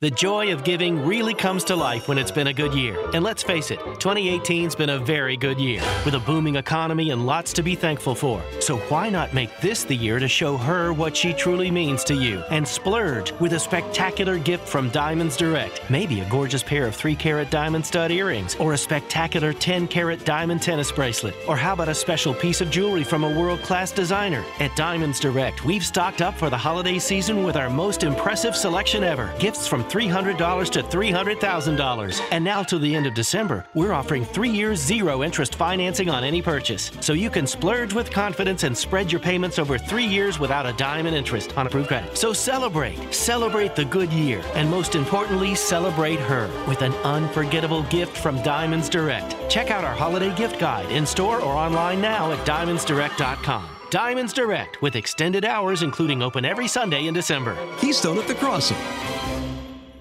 Butler Basketball's next 2 home games at Hinkle Fieldhouse will be December 5th and December 8th, so mark your calendars and get your tickets. Visit the Hinkle Fieldhouse ticket office or butlersports.com/buy tickets to secure seats for Wednesday, December 5th, when Brown from the Ivy League comes to Hinkle. Then on Saturday, December 8th, Northern Illinois visits Hinkle for a late afternoon tip-off. Again, visit butlersports.com/buy tickets or stop by the Hinkle ticket office weekdays from 10 to 4. The Butler Bulldogs, your hometown team, playing on a national stage. This is a shout-out to the professional tailgaters, game day grillers, and potluck pros. Whether you bake it, smoke it, stack it, or melt it, there's nothing more important than how you cook up your team spirit while serving it with an ice-cold Coca-Cola or Coke Zero Sugar. We may not all agree on the best game day foods, but when you serve your meals with a Coke, you know you've got yourself a winner. Pick up a custom Colts commemorative cup at your nearest Arby's. Coca-Cola. Taste the feeling. Hey, Dan Doggins for Family Leisure. It's the buy one, get one half off Christmas sale. Buy one of the many specially marked items store-wide and get half off the second item. Buy an arcade, get a game table, half off. Buy a spa, get a pool table, half off. Buy a shuffleboard table, get a massage chair, half off. The combinations are endless. Shop for someone on your list and get half off an item for yourself. Don't miss the buy one, get one half off sale now at Family Leisure from the Family Leisure team. Merry Christmas and Happy New Year. Looking for that perfect holiday gift? Check out the Pacers' new 5-game holiday plan. You'll get tickets to see the defending NBA champion Golden State Warriors, the Boston Celtics, and the new-look Toronto Raptors. Picks it up and sends a bounce pass into Sabonis, who lays it in. Oh, boy. Plus, every plan includes a Pacers plaid flannel winter hat to keep you warm throughout the holiday season. Plans start as low as $25 per game. Check out seating options and all the details at pacers.com/holiday. How much do you need to save for retirement? Hi, I'm Rick Edelman, founder of Edelman Financial Engines. The question's simple, but the calculation can be complex. How much you need to save for retirement depends on how much income you want, what outside sources you'll have, like Social Security and pensions. And here's the good news. You don't have to guess. We can give you the answer. For more than 32 years, we've shown people just like you how much you need to save for retirement and how to invest it. And now's your chance. Call us for the personal financial advice and investment management services you need with local offices to serve you. At Edelman Financial Engines, we're happy to help you whether you have a little to invest or a lot or anything in between. Come see why thousands of folks just like you rely on Edelman Financial Engines. Call us at 888-PLAN-RIC. That's 888-PLAN-RIC. Or visit us at rickedelman.com. That's ricedelman.com. Hey, what better gift to give yourself this holiday season than the gift of vision? Dan Dockett here. I've been talking about my life-changing LASIK experience with 2020 Institute. It was safe, it was painless, and it worked. 2020 Institute is a local company with a highly experienced local surgeon, Dr. Zay. Get in for your complimentary consultation and have your procedure on December 7th for $700 off and get a $100 Visa gift card. Book now at 2020indy.com. That's 2020indy.com. It's now even easier to get your favorite O'Charlie's meals with their new online ordering. The food you crave is just a few clicks away. Order at O'Charlies.com today. The Ride with JMV. And I know that everybody's supposed to be happy. I mean, what did I pick at the start of the season? 7-9. Oh, well, hold on a minute. They are who we thought they were. And that might be the case, but they were in position. Certainly you're going to have to win out. And win out starts coming up on Sunday in Houston. But I was completely disappointed. The Ride with JMV. Weekdays from 3 till 6 on FM 107.5 and 1070 The Fan. Dan Dockich. Weekdays noon till 3 on FM 107.5 and 1070 The Fan. My man is spinning some good wax today.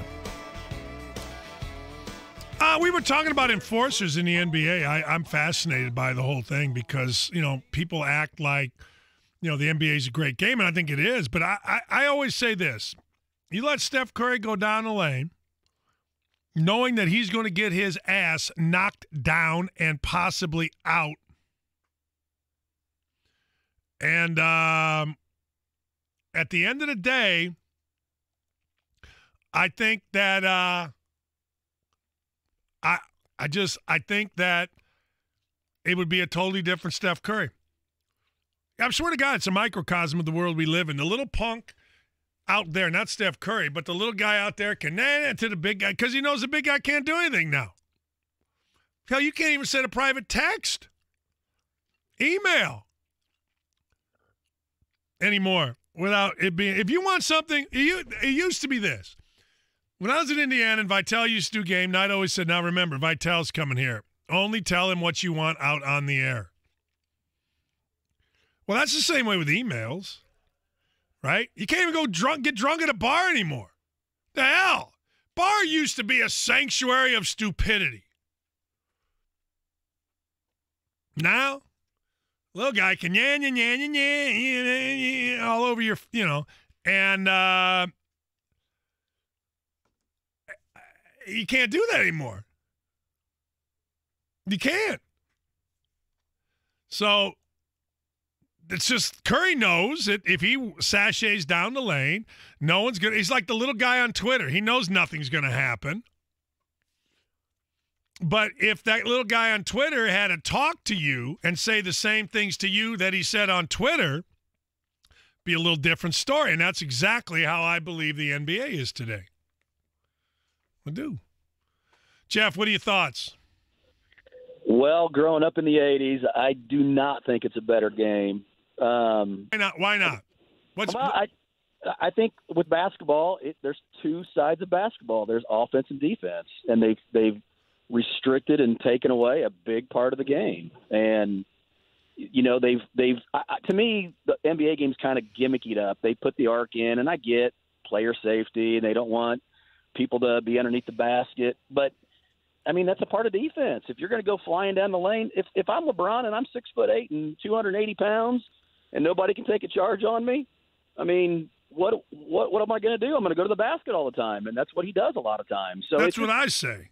Yeah, it just takes the element of the defense out, and me growing up playing for a coach that's what he taught defense, I just want that part of the game, and it's just sad to see it. It used to be that, a long time ago, it would be if there's a bump, but it didn't impact the game, you played on, and I thought that was just good. I mean, there's going to be contact, like that guy said. Basketball is a contact sport, but just because there's contact doesn't mean it's a defensive foul, and I think that's where they've gone to. And I think the athletes are better. I think the shooting's better, but I think they've just gimmicked it up so much that its defense is no longer even going to be thought of any longer, and that's the bad part. It's interesting, and I don't disagree with you. It's interesting because the defenders in this day and age, I think, are so good. Like, guys athletically are so long, so quick, so big, and now, I don't know. I mean, you can't touch a guy, right? I mean, yeah. Don't you think they now draft? If you look at a lot of these guys, some of these guys I've never even heard of in college, and that's because they're great athletes and they're scorers and they can jump and rebound. You don't ever hear about these defenders that were good defenders in college. It's just I don't think they draft for those guys anymore. And I mean, God, the art of the game has just gotten so bad. You watch bounce passes and rebounds. That doesn't happen, or blocking out. That doesn't happen in the college game anymore. Well, I got to disagree with you on that. In fact, I was just having a conversation with a friend of mine. Said I've never seen so many blockouts in college as I have this year. It was kind of funny. The thing of it is, I was telling my 13-year-old daughter the other day, I'm like, hey, let's go back and look at some Butler's games when they made the 2 runs. The first thing they did when a shot went up, they went up and put 2 hands on somebody just to get a feel for them and block them out. I'll go to junior high games, high school games, and maybe you're seeing it more in the college game. I don't see the blockouts at all. And the other day I was watching her practice, and she threw a bounce pass, and I go, that's awesome. That's what you should be doing. And she's like, Dad, nobody does it on our team because nobody teaches it. So, that's amazing. That's sad to me. That should be taught first and foremost, because even if you don't do it, you know how to do it. And if you know how to do it, that means you can do it. Jeff, I appreciate you. Thank you. I'm not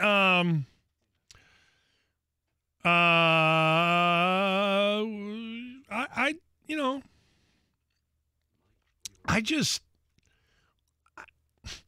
just look at it like, man, I look at Steph Curry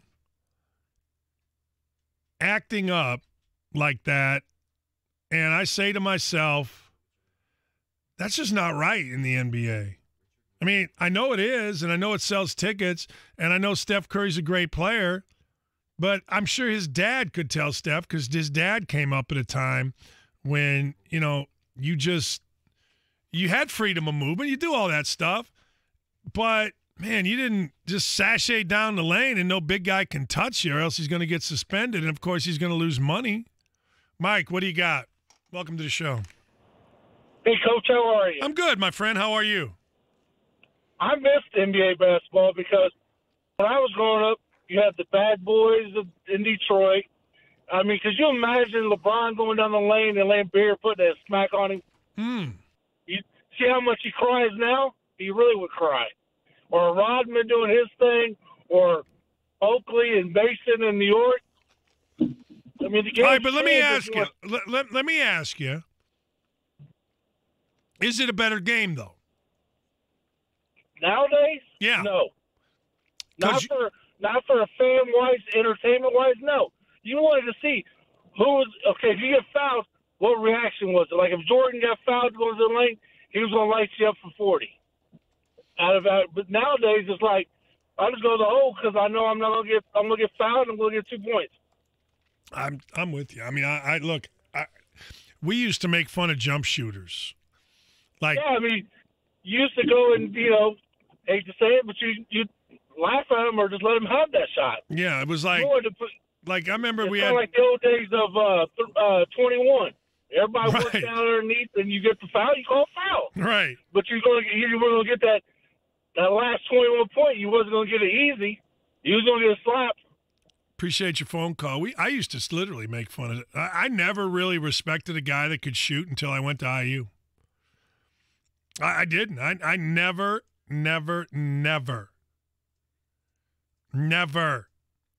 respected guys that could just shoot.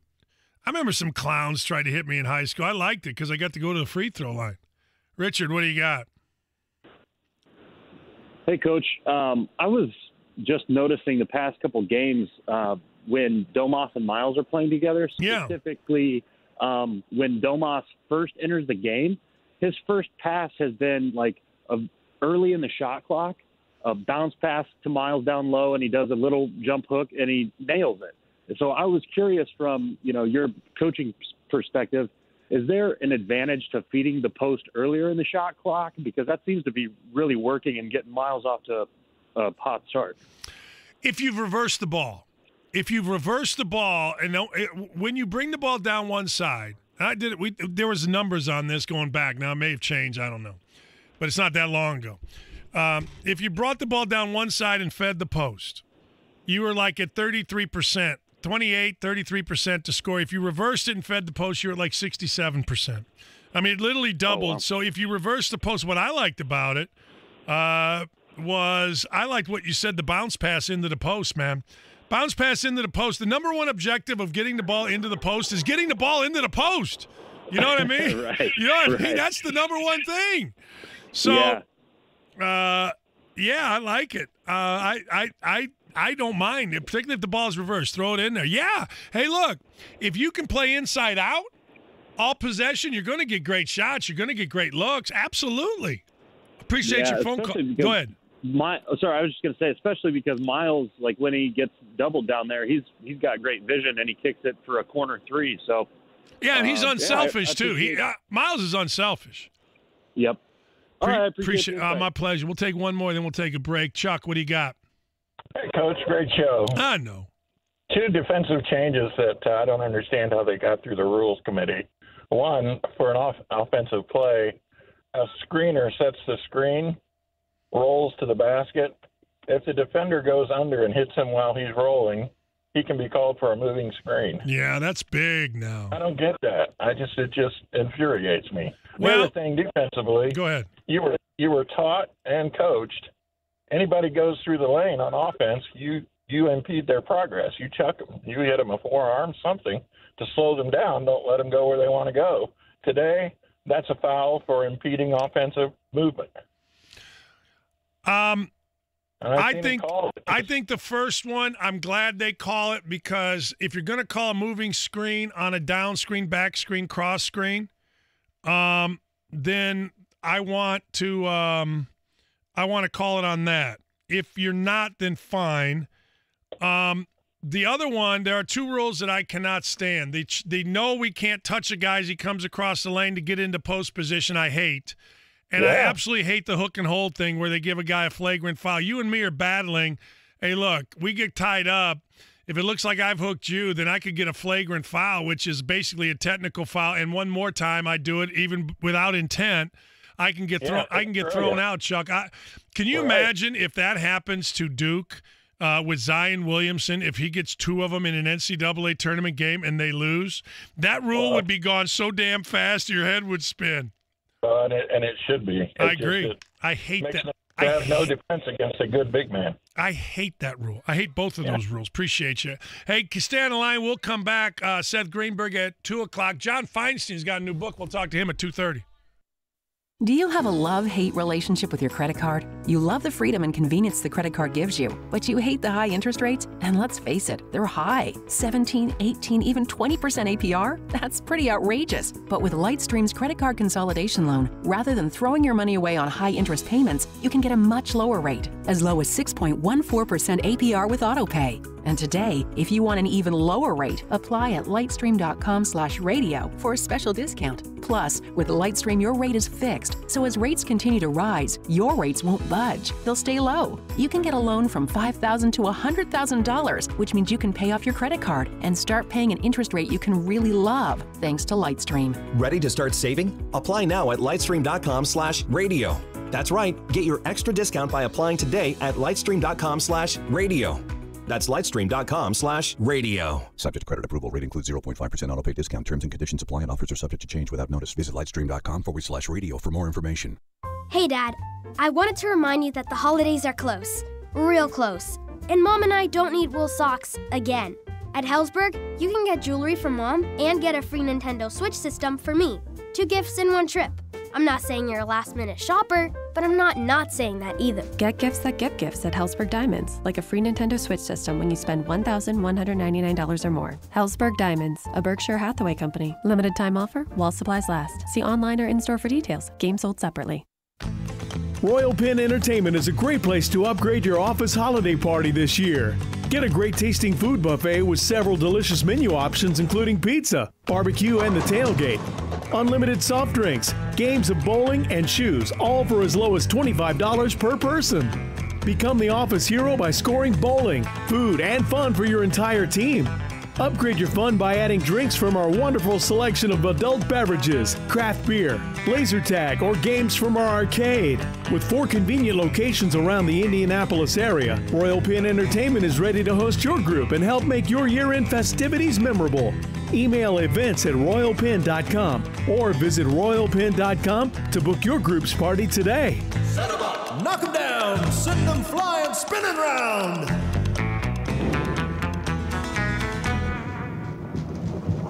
Royal Pin bowling, bowling. Royal Pin bowling. I've been working for a while, and I've hit a ceiling. Can't earn much more. Can't afford training for better jobs. At the same time, the kids are getting bigger, and it's getting tougher to make ends meet. I'm really hoping this isn't as good as it gets. It can get better. With Indiana's Next Level Jobs program, you can get the free job training you need to take your life to the next level. Learn more at nextleveljobs.org. Dan Dakich here. Does your company need stronger talent to grow your business? Without the best talent, it's hard to win. Joe Huffine and Kingsley Rose are helping companies all over the country in multiple industries recruit top talent. Private equity firms, multi-billion-dollar firms, and small companies are hiring Joe Huffine and Kingsley Rose to build management teams, sales teams, operations, IT teams. Need a CFO? Sales leader or CIO? Visit kingsley-rose.com, one of the only retained search firms in Indianapolis, kingsley-rose.com. Hoosier fans, it's Indiana basketball time. IU Basketball Mini Series tickets are now available in 6-game or 3-game ticket packages, as well as individual games. This is your chance to check out the Hoosiers inside beautiful Simon Scott Assembly Hall. For more information, call or text 812-855-4006 or visit iuhoosiers.com. Go IU.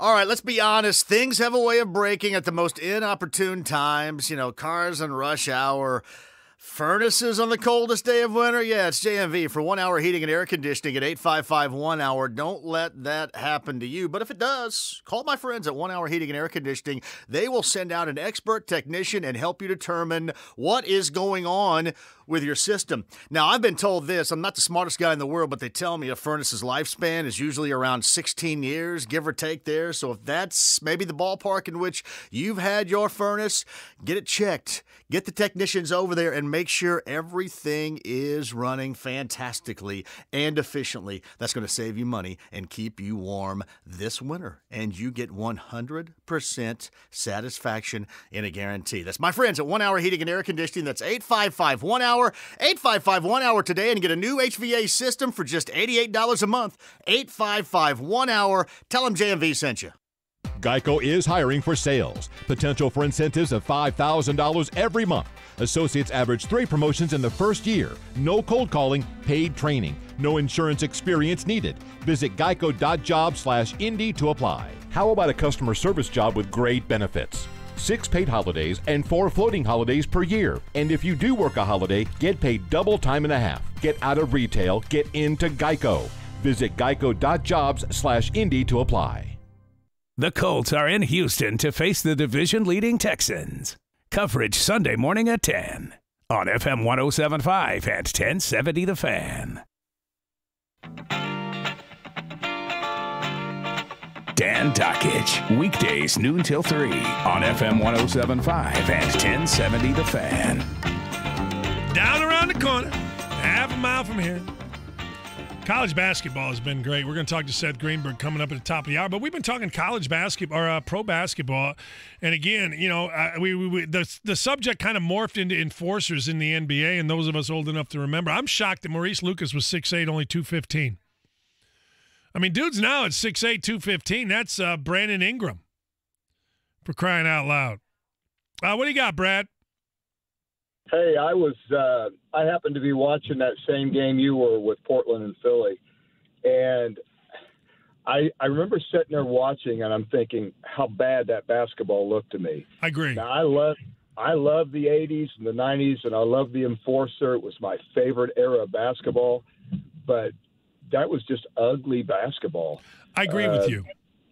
I mean, there were bad shots taken. And even the shots that were open shots, guys were throwing up bricks. And but what really stood out to me was how much Bill Walton dominated that game. He was amazing. And I don't think Walton was ever known as an enforcer, but as a big man, it just brought back memories how well-skilled he was. You know, it's funny. I don't know if you've been listening to the conversation, but I haven't said the basketball's better. I've asked people. Brad, I think the basketball, even when I was watching Indiana against Illinois yesterday, Lee and I went to go get a bite to eat at Murphy's Craft House, and it was on, so we're watching. It was the game Nick Anderson hit a shot to beat us, and I couldn't believe how bad the basketball was in that. Like the 3-point line, now it's extended everything. The 3-point line has improved. People can say they don't. I wish guys would knock each other on their ass and still play the same kind of basketball. Let me put it to you that way. How's that? I do. Yeah, and you know, if you notice that game as well, their ball handling skills, things have greatly improved as far as athletic ability today. It was still a fun game to watch. And this transition didn't happen overnight. It was very subtle, and you don't realize it until you look at something way back when and look at where we are today. I love the three-pointer. I still think there's something missing from the game, but I don't know how to implement a enforcer today. But I agree. I appreciate your show. All right, my pleasure. Thank you. See, look, I don't ever say the game was better than, and all you got to do, if you watch highlights of Magic Johnson coming down the lane, I mean, it's pretty good. But if you sit there and you watch a game on ESPN Classic or you know, whatever you pick up, it's really bad. And I didn't know it. Like, I was so in awe walking into, IU, watching Isaiah and those guys play Ohio State for the Big Ten titles, first IU game I ever went to in 1980. And I thought everybody was so great. I thought everybody was so great when I played against them, but you watch it now. I always said this about my son. My son, for whatever it wasn't a great high school player, good enough, had a fantastic year and a great time and all that at Michigan. My man could dribble a basketball 100 times better than anybody I played with at Indiana, including Steve Alford. I'm just telling you. The game has evolved to that. Now, could he shoot it like? No, not even no. But he can handle a basketball. The previous caller just said, when you look at old-time basketball, the ball handling wasn't even – now, Isaiah could. Isaiah could do all that. I mean, Isaiah had that bad boy on a string. And maybe everybody else could. But think about basketball then. We move without the ball. Now you got to be, you got to come off ball screens. The basketball is 1,000 times better. CJ, what do you got? Hey, Dan. Ryan Cardinal from Purdue, most underrated white player coming out of Purdue. But if you look at his career, why has he got to be a white player? How about just most underrated player? Well, I mean, there's some other players, but anyway, I'm not going to go into that. Who's the most underrated black player? Jeez. I will go with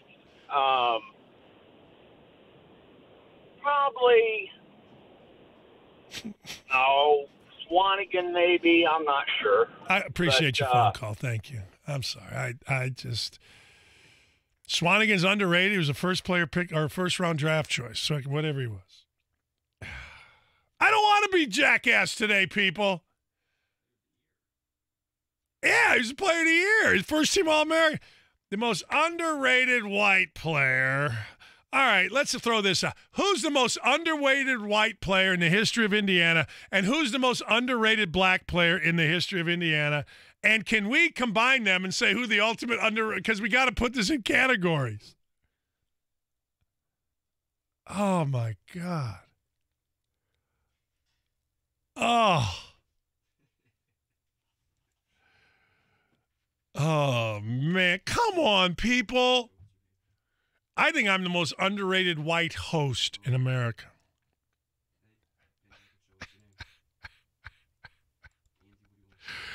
Don't ruin a good day. I'm having a blast with you guys here today. And then I got Hillbilly Guy going, I'll tell you who the most underrated black player was at Purdue was Drake Morris. Played on a Final Four team, scored a bunch of points, was one of my heroes growing up.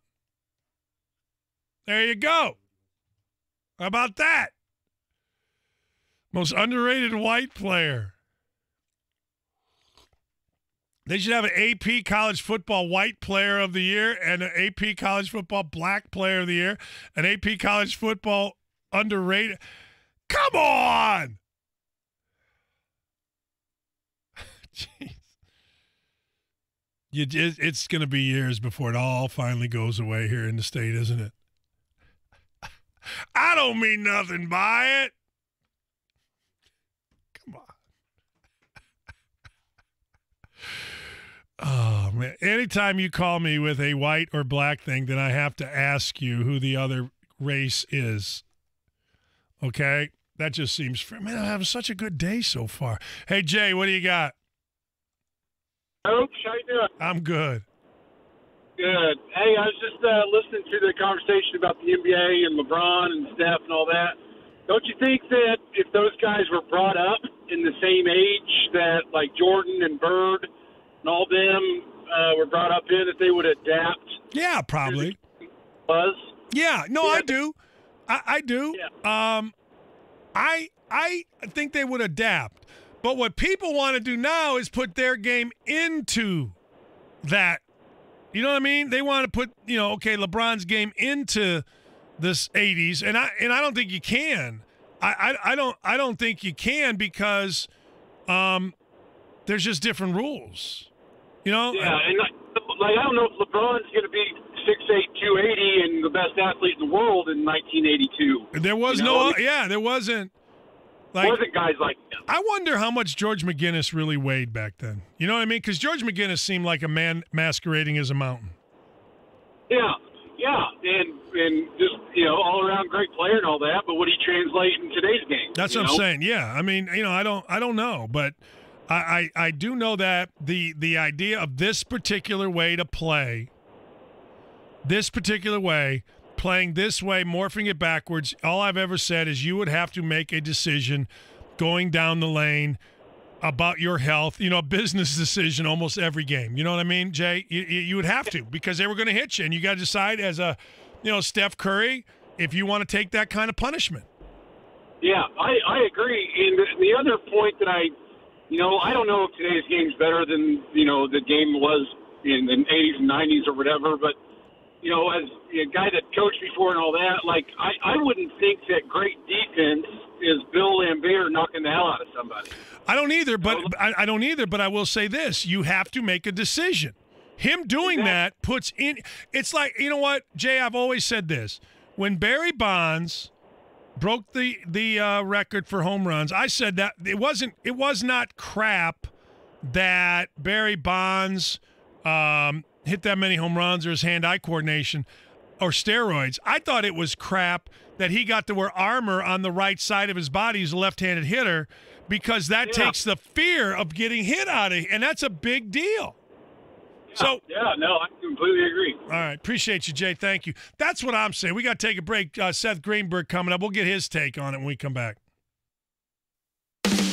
Golic and Wingo. Houston, I like what they're doing right now. I think the Colts are better. I think the Colts are better, too. Now, what would make you say the Colts are better? The way Andrew Luck is now playing, 8 straight games with 3 touchdown passes. The Colts' defense isn't as good as Houston's defense. When you talk about a run game, I'm taking the Colts group up front every day and twice.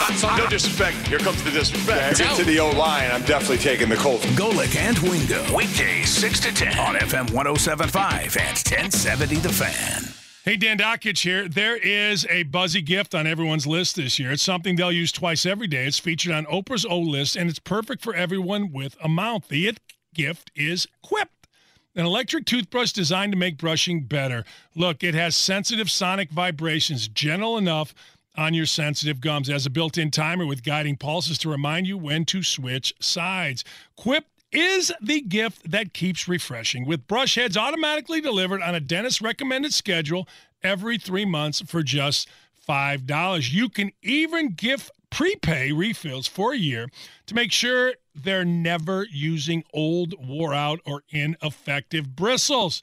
So, I love Quip because it feels like my mouth is refreshed every single day. Quip looks like a big-ticket tech gift with stocking stuffer price starting at just $25. Go to getquip.com/thefan right now and get your first refill pack for free. Hey ladies, want to make sure you get that perfect piece of jewelry this holiday season? Something you know you'll absolutely love? And guys, do you want to get her something that's 100% guaranteed home run gift with an easy, fast, no-pressure shopping experience? Introducing the Diamonds Direct Holiday Wish List and Gift Guide, a high-tech way to ensure all smiles on Christmas morning. Ladies, just go into Diamonds Direct now. Shop around in our gorgeous showroom. Pick out a few items that you'd love to have, maybe a bracelet, pair of earrings, or that new designer ring. And we'll put all the info on our electronic wish list. Or check out our all-new holiday gift guide, available in-store and online, with our hand-selected, ready-to-wrap gift ideas. Then, guys, when you come into Diamonds Direct, there's no stress. We'll be able to guide you to the items she likes, and you can easily pick the one you want to give her. It's easy, simple, and risk-free. Of course, there's still an element of surprise, but it's a guaranteed good surprise. Diamonds Direct, making holiday jewelry shopping easier than ever this year with the holiday wish list and gift guide, with extended hours including open every Sunday in December.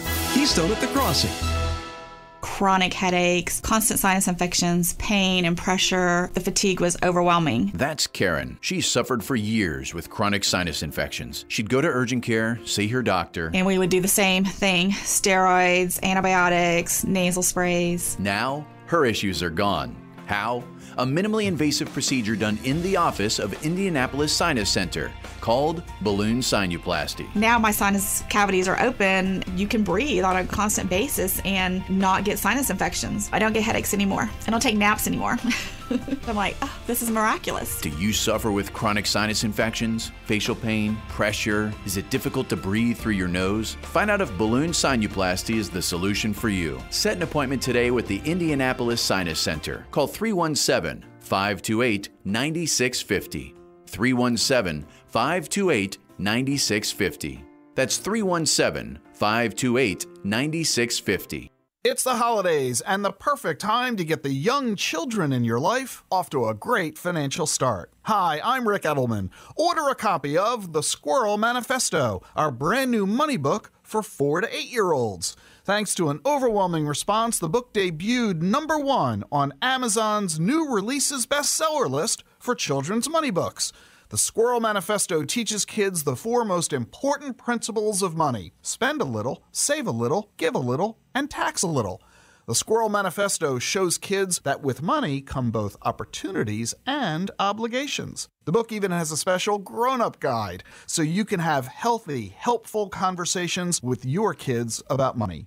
Get your copy of The Squirrel Manifesto right now at Amazon.com or your favorite bookseller.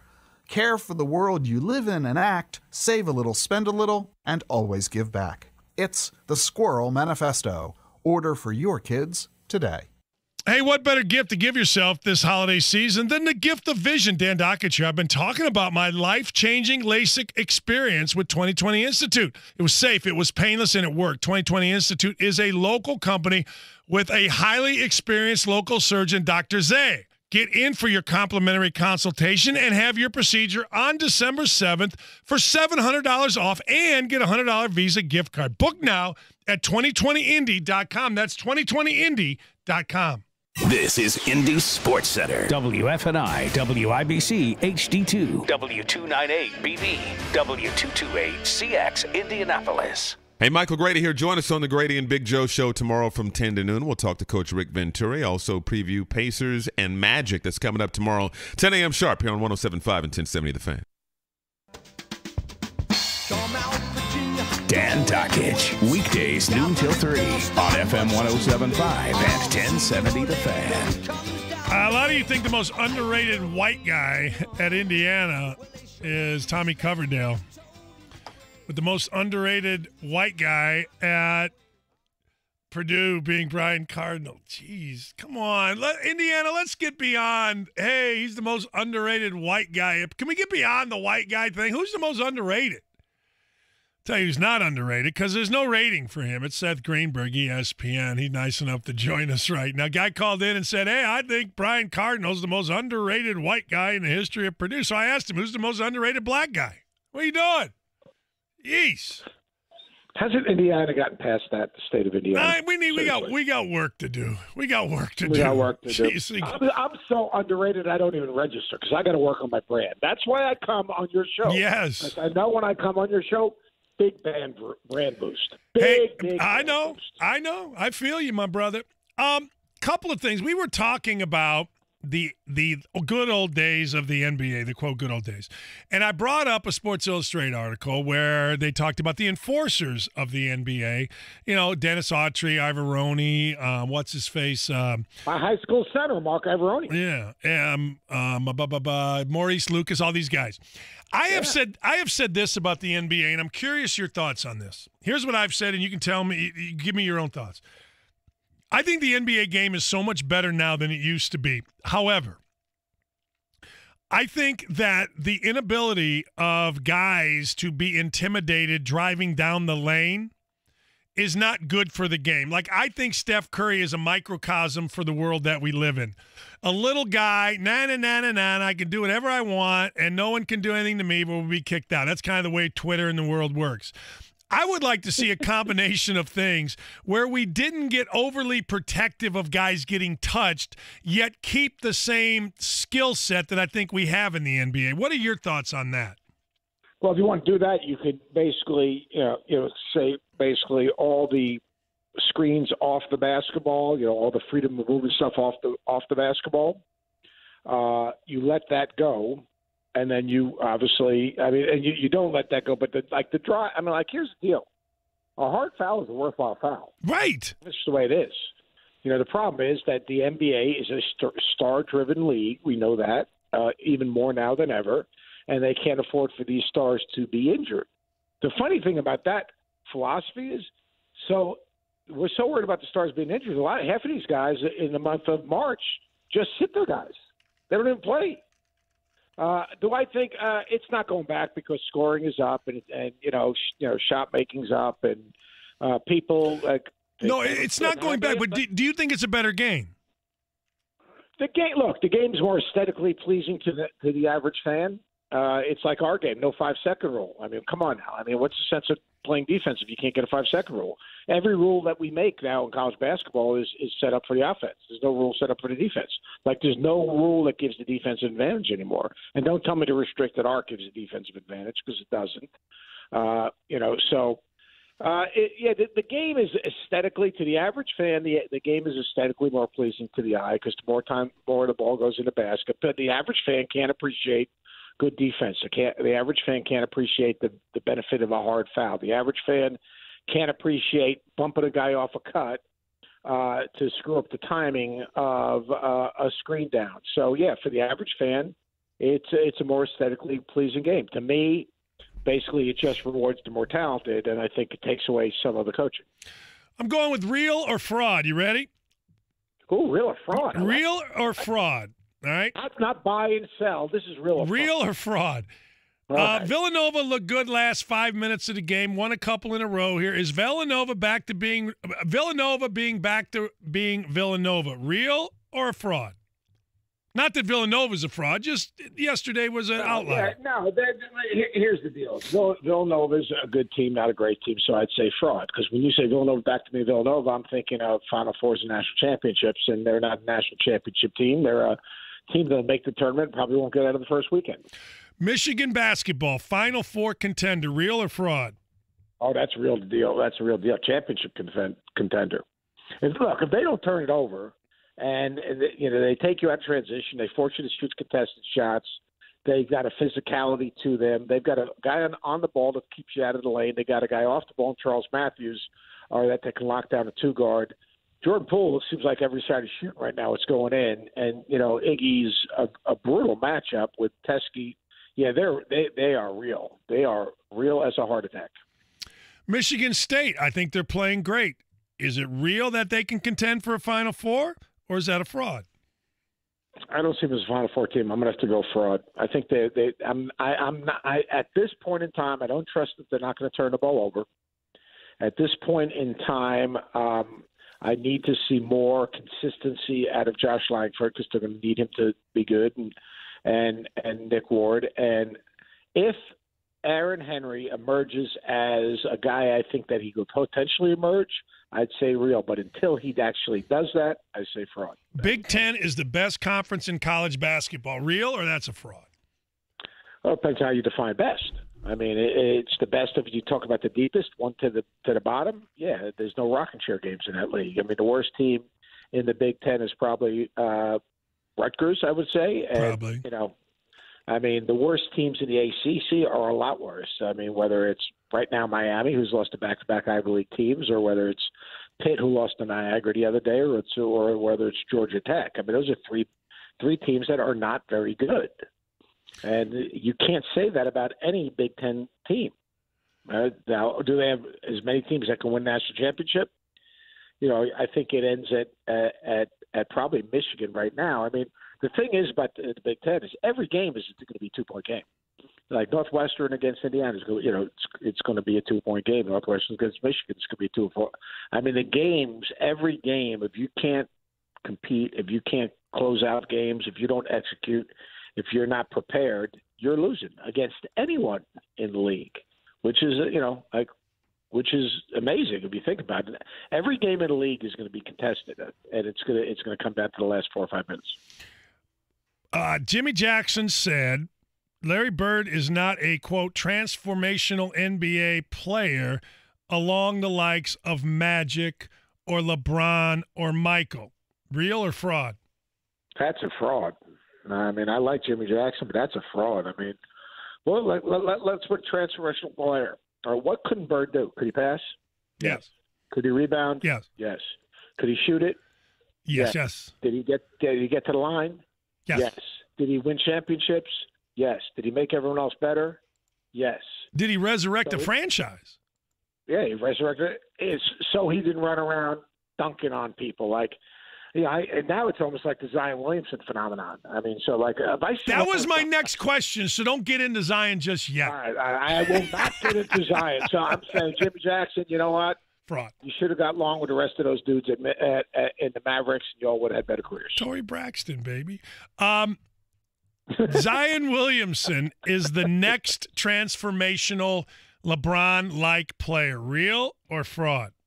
No, fraud. Really? I mean, he's transformational in college, but he's not transformational.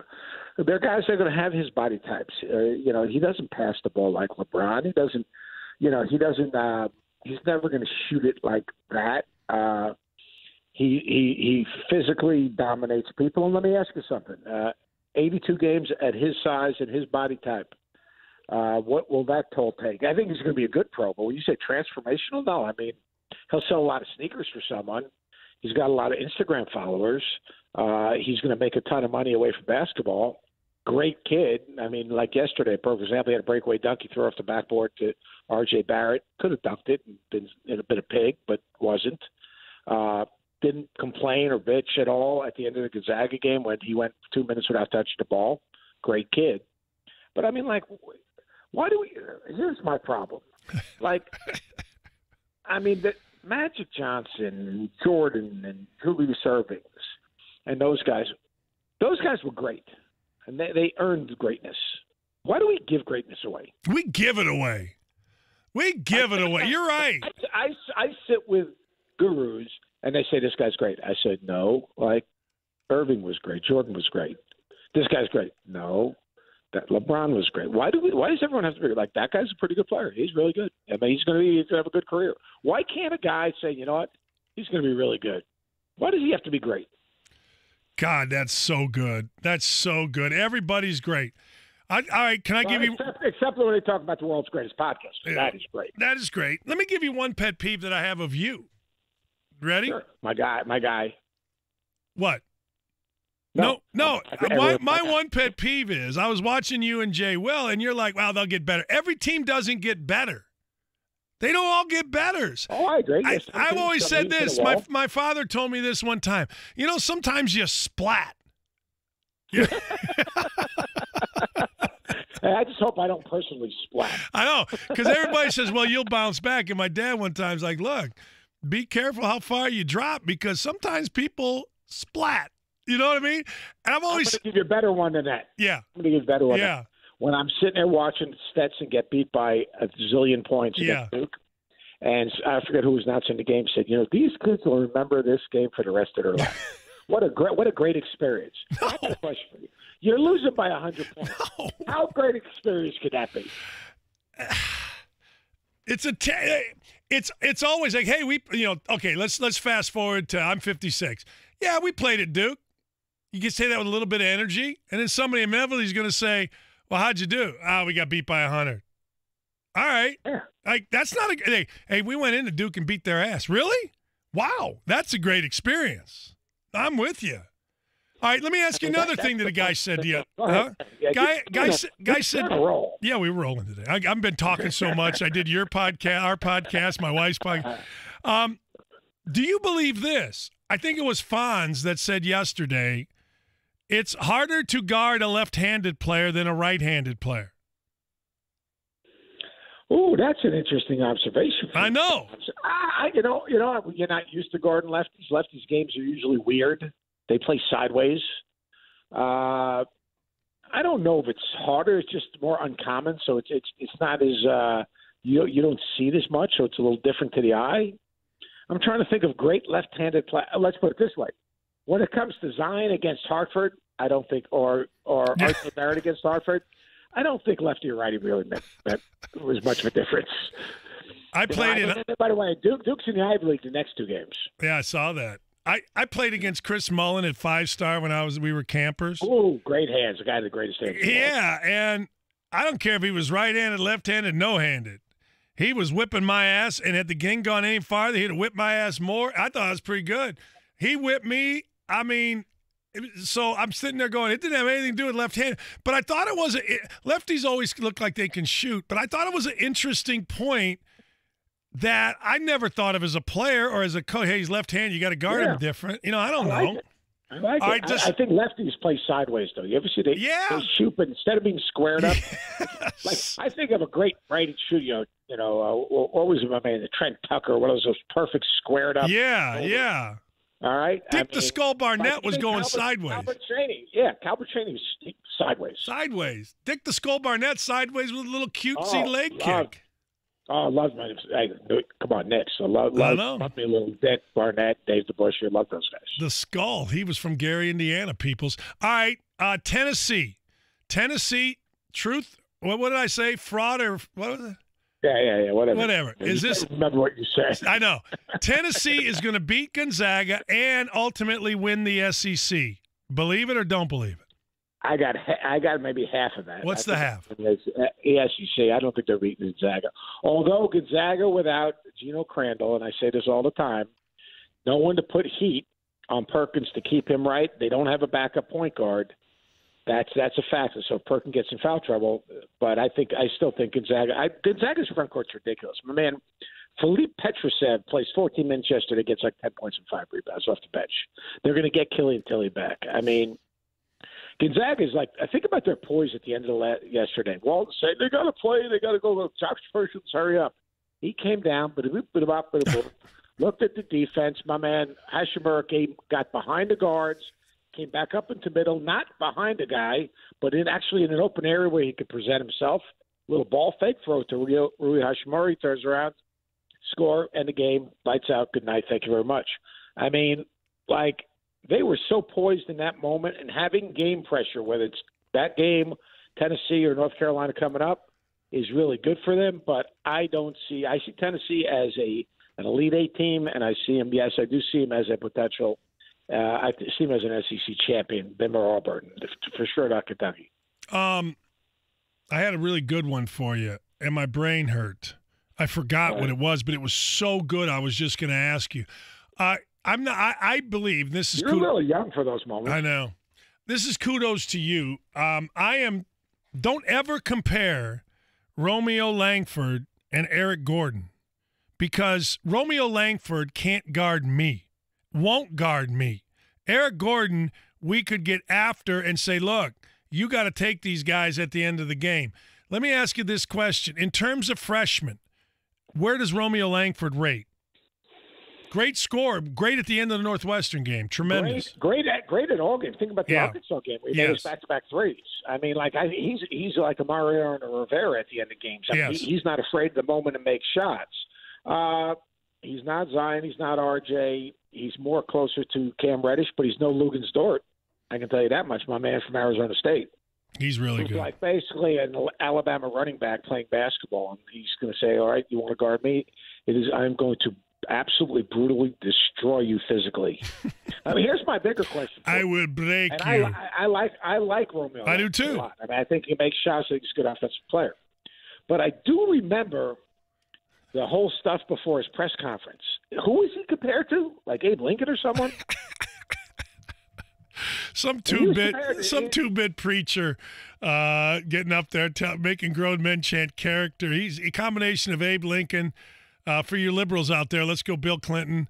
For you conservatives out there, let's go Ronald Reagan and Jesse Jackson and Martin Luther King. That's who he is. I think the guy's really good. I think he knows how to play. I'll tell you where he's really good. He's great without the ball. He knows how to. He knows, like, if people double, he's gonna get into an open spot. If he's overplayed, he's gonna back cut and give himself up. I think he's really good without the ball. I think he's not afraid of the moment, which I think is good. I think he can play to contact, and when he drives it, he's not afraid to putting his body on someone. He's not guarding anyone. Nobody. I think he's real. I think offensively, he's a high IQ basketball IQ, very very fluid.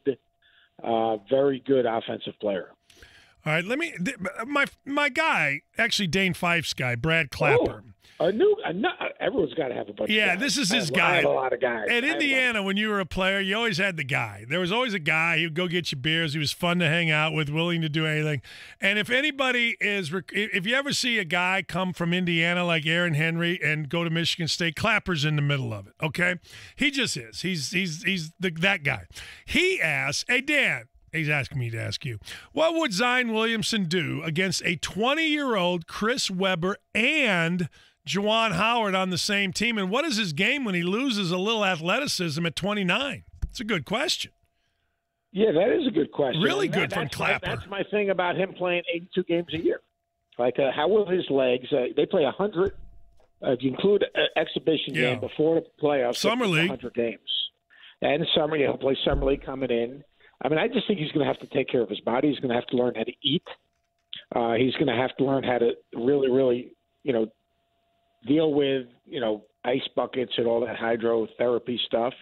My biggest question for your guy would be, how is he going to deal with guys that look like him when he's playing? Because the NBA has guys that look like him. Yeah, they do. Like, all right, where are you going to play him?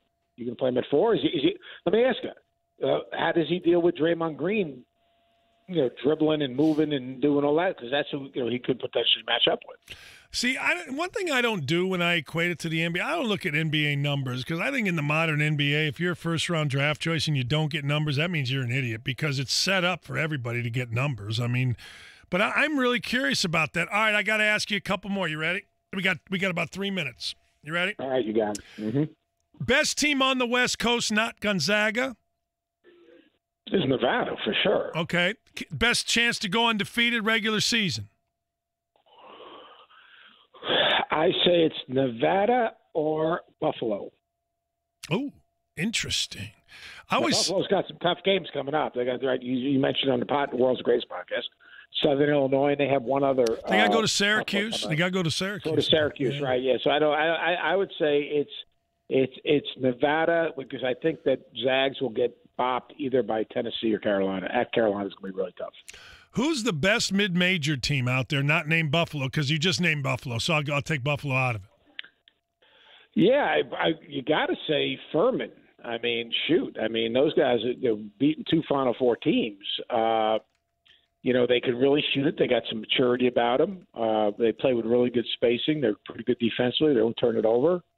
I would say it would have to probably be Furman. I haven't delved into it deep. I'll tell you, a team people aren't talking about it's going to end up pretty good. Is BYU is going to end up good. Is that right? A team that could potentially in that league that at BYU could maybe get the Zags. Hey, who's the best team on the East Coast? Duke? Yeah, Duke's the best team. The best team, big question, the best team in the Big East. Is it St. John's, who hasn't played anyone? I don't believe in them. And Shamari Pons takes really bad shots and makes them. Is it Marquette? I don't believe in them. And but they got whooped up by Wisconsin. And he got whooped up by Indiana. Indiana beat him 100. Yeah. Is it still Villanova? Looked good last 10 minutes, 5 minutes last night. Yeah, I mean that's the that's the thing. I mean, who's the best team? Who's the best team? You're friends with everybody. I was going to say who's the best team that's coached by one of your best friends, but you're friends with everybody. Likes you. I wouldn't even have an answer. Know about that. I mean, the best team by someone that I would say it's Gonzaga. I mean, I'm not exactly in the brotherhood. You know what I mean? No, you're not in the Duke brotherhood. Yeah, I'm not in the Duke brotherhood. You're in the Dockage brotherhood, though, and you're high tier. Yeah. By the way, I'm going to light a candle for my man Junior. Thank you. I mean, my man Junior. Career, the post game, senior night speech. He was supposedly, from what Coach Altman said, the 4th best player on the manager's team, which is a little suspect. I'm worried about that a little bit. Well, Odin's on that team, so Yeah, boom, the career's over. Boom, ACL. I mean, that's softball. He's going to be in the softball league. He already is. Spent all summer in the softball, but it's fast pitch at least. It's fast pitch. All right, yeah, my man Junior. I'm in mourning over my man Junior. I'm crushed by my man Junior. But I mean, it's unbelievable. Hey, my final take is we talked about this in the podcast. I want to get it out because I know your listeners. Coaching is addictive. It's like a drug. If Urban Meyer does not find something to fill that void, I say in the next 4 years he's a head coach in a high-level Notre Dame type school in college football.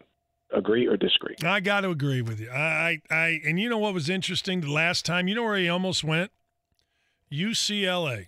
He calls me up. He goes, I got to send you this package that UCLA sent me.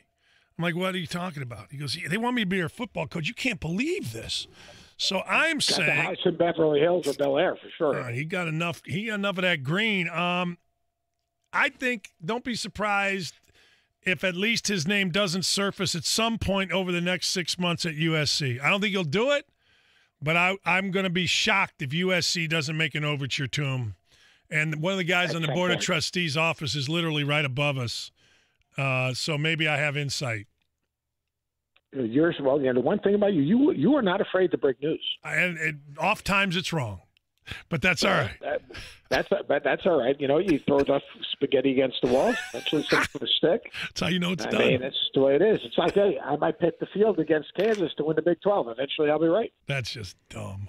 I got John Feinstein on next. I got to run, my friend. World's greatest podcast. Hey, John Feinstein, one of the great ones of all time. Appreciate you, Seth. Thanks, man. All right, brother. You're the best. It's at Thanks, Seth on Hoops is the follow. It's a great Twitter follow any time of the year, particularly basketball season. Courtside Dockage or Greenberg and Dockage is every.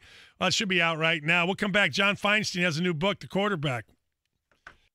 How about a little cash for your pockets and bragging for your fantasy team? It's JMV's Larceny Bourbon Lux and JMV's Fantasy Lunazul Tequila Shot. When my hair gets all long and scraggly, I don't feel sure of myself. It's like I'm just a little, off. But after a haircut at Great Clips, I'm... me again. My 5 o'clock shadow arrives at 3:06. I can do that Elvis thing with my lower lip. And I can predict the future. In 1 second, some announcer guy will speak. Get in, out, and back to greatness. Download the Great Clips online check-in app. Great Clips. It's going to be great. At Diamonds Direct, we're celebrating the most wonderful time of the year with unbeatable holiday offers on the gifts women love. For starters, we've expanded our selection this year with even more of the Christmas classics like diamond stud earrings, diamond pendants, and diamond bracelets, plus an exceptional line of all-new one-of-a-kind designer jewelry you can't get anywhere else. We've also used our tremendous buying power to negotiate what we guarantee are the best prices you'll find anywhere on any piece of diamond or fashion jewelry. And to make it easy on your wallet, we're offering just for December 3 years zero-interest financing on any purchase. Pick any item, spread your payments over 3 years with zero interest on approved credit. And the frosting on the Christmas cookie? No fighting your way from store to store. Everything you need is right here. Diamonds Direct rescues you from the chaos, the confusion, and the crowds. You see, it is the most wonderful time of the year, and Diamonds Direct is ready to prove it. With expanded hours, including open every Sunday in December, Diamonds Direct. Keystone at the Crossing. Hey, it's Stan Doggett here. It is the perfect time to go to Family Leisure. It's the buy one, get half off Christmas sale going on right now. Buy an arcade, get a game table, half off. Spa, get you a pool table, half off. Shuffleboard table, get a massage chair, half off. Combinations are endless. Shop for someone on your list, get half off an item for yourself. Don't miss the buy one, get one half off sale now at Family Leisure. Look, from the Family Leisure team, and by the way, it's located Penland Pike and Oak Landing Road, or go to familyleisure.com. From the Family Leisure team, Merry Christmas and Happy Holidays. Hey guys, good news. The outrageously expensive Little Blue Pill is now generic, which means you can get the prescription medication to treat ED at affordable prices. And Hims makes it extra affordable. Right now, get your first month supply for free. All you pay is just $5 for your medical consultation when you go to 4hims.com/perform. After that, it's just $30 for a month's supply. Sure beats paying big bucks for just one blue pill, doesn't it? Plus, you won't need an awkward in-person doctor's appointment to get the prescription. Hims has doctors online who can prescribe the medication, and a pharmacy sends it right to your door. It's affordable, private, and incredibly easy. Nobody likes dealing with ED. Now, thanks to Hims, nobody has to. And that's really good news. To get your first order for just $5, you need to go to this exclusive address, 4hims.com/perform. That's 4hims.com/perform for your first month for just $5. 4hims.com/perform. Honey, why is the kitchen full of garden gnomes? I turned it into a workshop like Santa's. They're my elves. No, they're gnomes. Besides, the United States Postal Service has everything we need to send packages and cards. Not elves like Bingo here. Bingo's not an elf. He's a gnome. Bingo can hear you. From free box delivery to holiday stamps, USPS has everything you need to get gifts and greetings out on time. Learn more at USPS.com/cheer. United States Postal Service. Priority you. And with the Informed Delivery feature, get a digital preview of your mail before it arrives. Hey, there's a buzzy gift on everyone's list this year. It's something you'll use twice a year. Hey, Will, and if you have a mouth, it's perfect. How about that? It's Quip, the electric toothbrush designed to make brushing better. It has sensitive sonic vibrations, gentle enough on your sensitive gum. It has a built-in timer with guided pulses. It reminds you when to switch sides. Actually, I love that. I just go for 2 minutes. It hurts my arm, but I love it. I do. It's the best thing ever. Quip makes holiday travels easy and clean. Multi-use cover that mounts to mirrors and unmounts to slide over the bristles for the on-the-go brushing. Quip doesn't require a clunky charger and runs for 3 months on one charge. Quip is the first electric toothbrush accepted by the American Dental Association as thousands of verified 5-star reads. Here's why I love Quip. It makes me feel like my teeth have been cleaned at the dentist's office. It looks like a big-ticket item. It does, but it is not. It is a stocking stuffer price starting at just $25. Today, you can get 20% off orders of $65 or more at getquip.com/thefan. Right now, you'll save on their premium metal electric toothbrush with a prepaid plan or a family set. 20% off limited time. Get Quip, GETQUIP.com/thefan. This is a shout out to the professional tailgaters, game day grillers, and potluck pros. Whether you bake it, smoke it, stack it, or melt it, there's nothing more important than how you cook up your team spirit while serving it with an ice-cold Coca-Cola or Coke Zero Sugar. We may not all agree on the best game day foods, but when you serve your meals with a Coke, you know you've got yourself a winner. Pick up a custom Colts commemorative cup at your nearest Arby's. Coca-Cola, taste the feeling. Well, that was ugly. Jaguars 6, the Colts nothing. All right, time to shake it off and start a new winning streak. And it is caught. Touchdown. Join us this Sunday as the Colts head to Houston for a showdown with the division-leading Texans. Coverage starts at 10. Matt Taylor and Jim Sorgi have the play-by-play at 1. Only on FM 107.5 and 1070 The Fan. Your exclusive home for the Indianapolis Colts.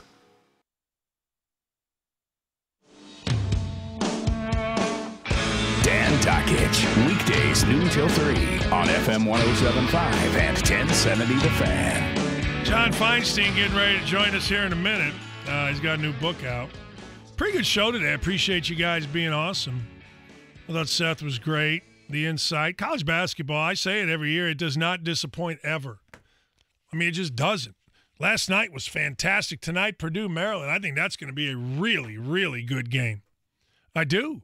Butler ended up beating Brown a couple days ago, so they got a win. Hey, Ivy League is no joke either, but I think Purdue's game tonight is going to be very interesting. Fernando, this dude is a monster for Maryland. A monster. Humongai. And he dunks everything. It's going to be fun. I think it's going to be really fun. I got his home number here. I got to give it to you. Do you have his home number? Okay, he's got his number. John Feinstein, star, season on the brink, you name it, he got it. If it's good, he's written it. The preeminent sports author of our time, the preeminent whiner of our time, the preeminent whatever of our time, dietitian of our time. He and I decided that it would be a good idea to do a diet by eating every afternoon at a Chinese restaurant in downtown Indy. Clapper, I gave you some pub, man. Relax. So that's John Feinstein, everybody. New book, The Quarterback's really good. I'll get into some Andrew Luck stuff, particularly Andrew Luck. You know, I want to talk to John and let you know how it came about that Andrew actually talked in the book. John was on my podcast and talked about it a little bit ago. But you know what? At the end of the day, Andrew Luck was going through a bunch of stuff. And it's all there in that book. It's all in John's book, The Quarterback. It's a really good read. Hey, Juan, how is you? I'm good, Mr. Dakich. How are you? Oh, I'm spectacular. Hey, I was kind of prefacing about your book, about how Andrew Luck, and you have this all in the book, Andrew Luck went through a lot of stuff last year that really people didn't know, and that stuff led him to to not really want to do your book, right? Well, there was a point, yes, because when I first approached him with the idea, we talked on the phone, I think it was February probably, January or February, and he'd had the surgery and was rehabbing and thought he, was going to be ready to go for training camp. So, excuse me, in the spring I went out, I had a long dinner with him in Indy, and all was well, and we agreed we'd circle back when training camp started. But then, of course, when training camp started, he wasn't able to go. And we talked a couple more times, I think we talked the last time we had talked was late September. So by now it's into the season. He told me he was still optimistic at that point, thinking he was going to start practicing in another week or so, which he did, as you remember. He came back to practice for a little while in October. And then everything went off the rails. And as when he and I discussed it later, what had happened was the doctors had told him, look, you should be able to play in the next few weeks. Your shoulder should be at the point where you can start practicing, work up your reps, and be back in the lineup maybe halfway through the season. But when he started trying to throw a football again, his shoulder still hurt. And he was trying to tell himself that it didn't hurt, but it did. So eventually, as you know, he went off to Europe to rehab. And while he was away, I got a call from his agent saying, Andrew's not sure he wants to talk about all this whenever it is he comes back. He's very reluctant. And, and I said, look, Will, let's just wait and see what happens. And long story short, Dan, when he came back in January, he gave me a call. And I said to him, look, if there's anything you're uncomfortable with, any question I ask, don't answer it. Just because we're in the same room together doesn't mean you have to answer every question. I always remind people that one of the things about the First Amendment is the right not to speak. And so he said that was, he was okay with that. I went out. I had dinner with him in his condo, and we talked the whole thing through, and it was great. He was terrific.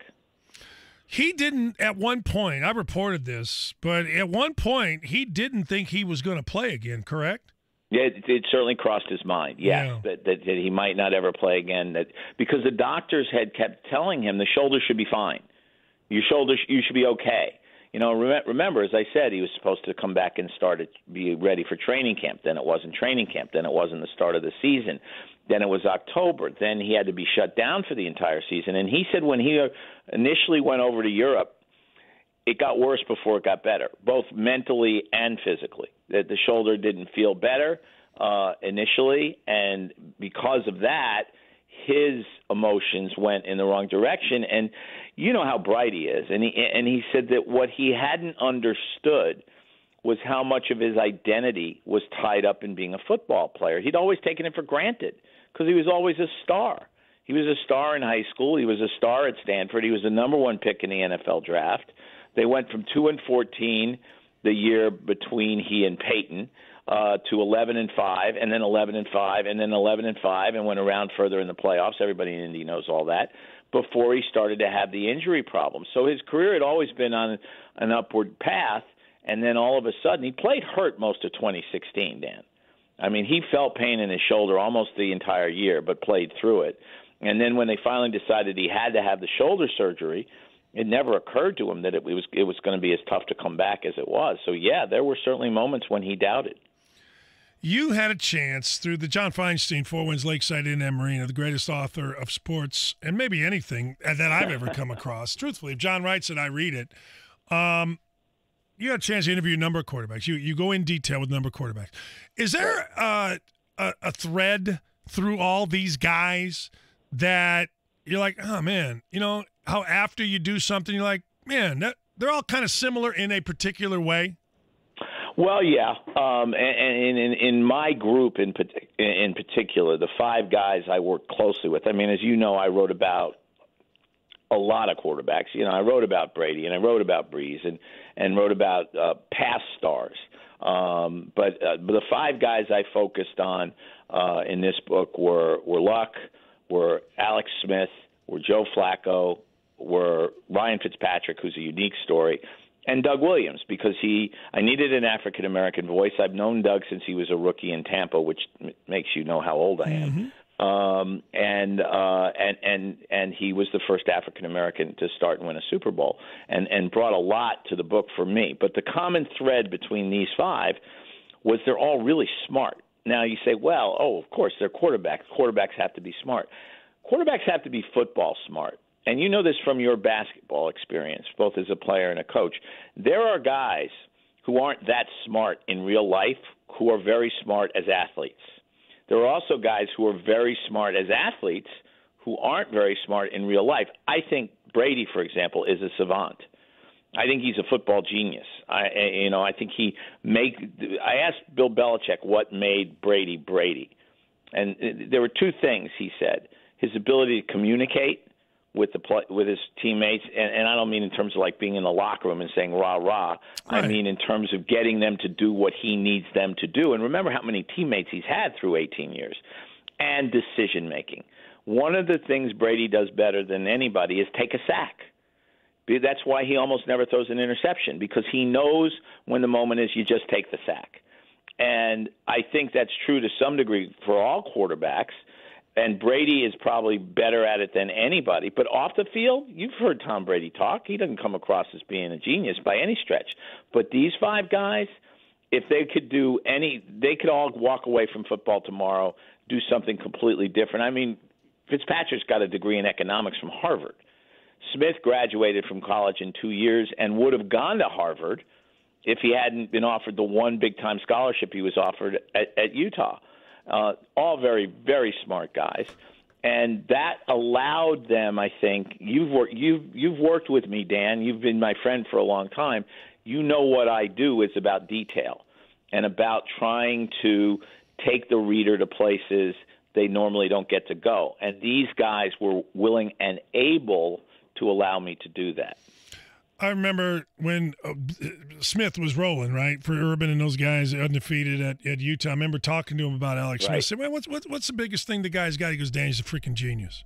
He goes, Dan, he is a genius that will come in, sit in the back of coaches' meetings and listen, and damn near you'd think he's a better coach than anybody I hired. In fact, it embarrasses him sometimes. He's so smart. And remember 2 things about Alex Smith. One, he's already been the graduation speaker at his alma mater. Right. He was asked to do that when he was 30 years old. How many people are asked to be a graduation speaker at the age of 30? Number one. And number 2, you're right. Look at what Patrick Mahomes and Andy Reid have said about what Alex taught Mahomes last year as a mentor while Mahomes was not playing.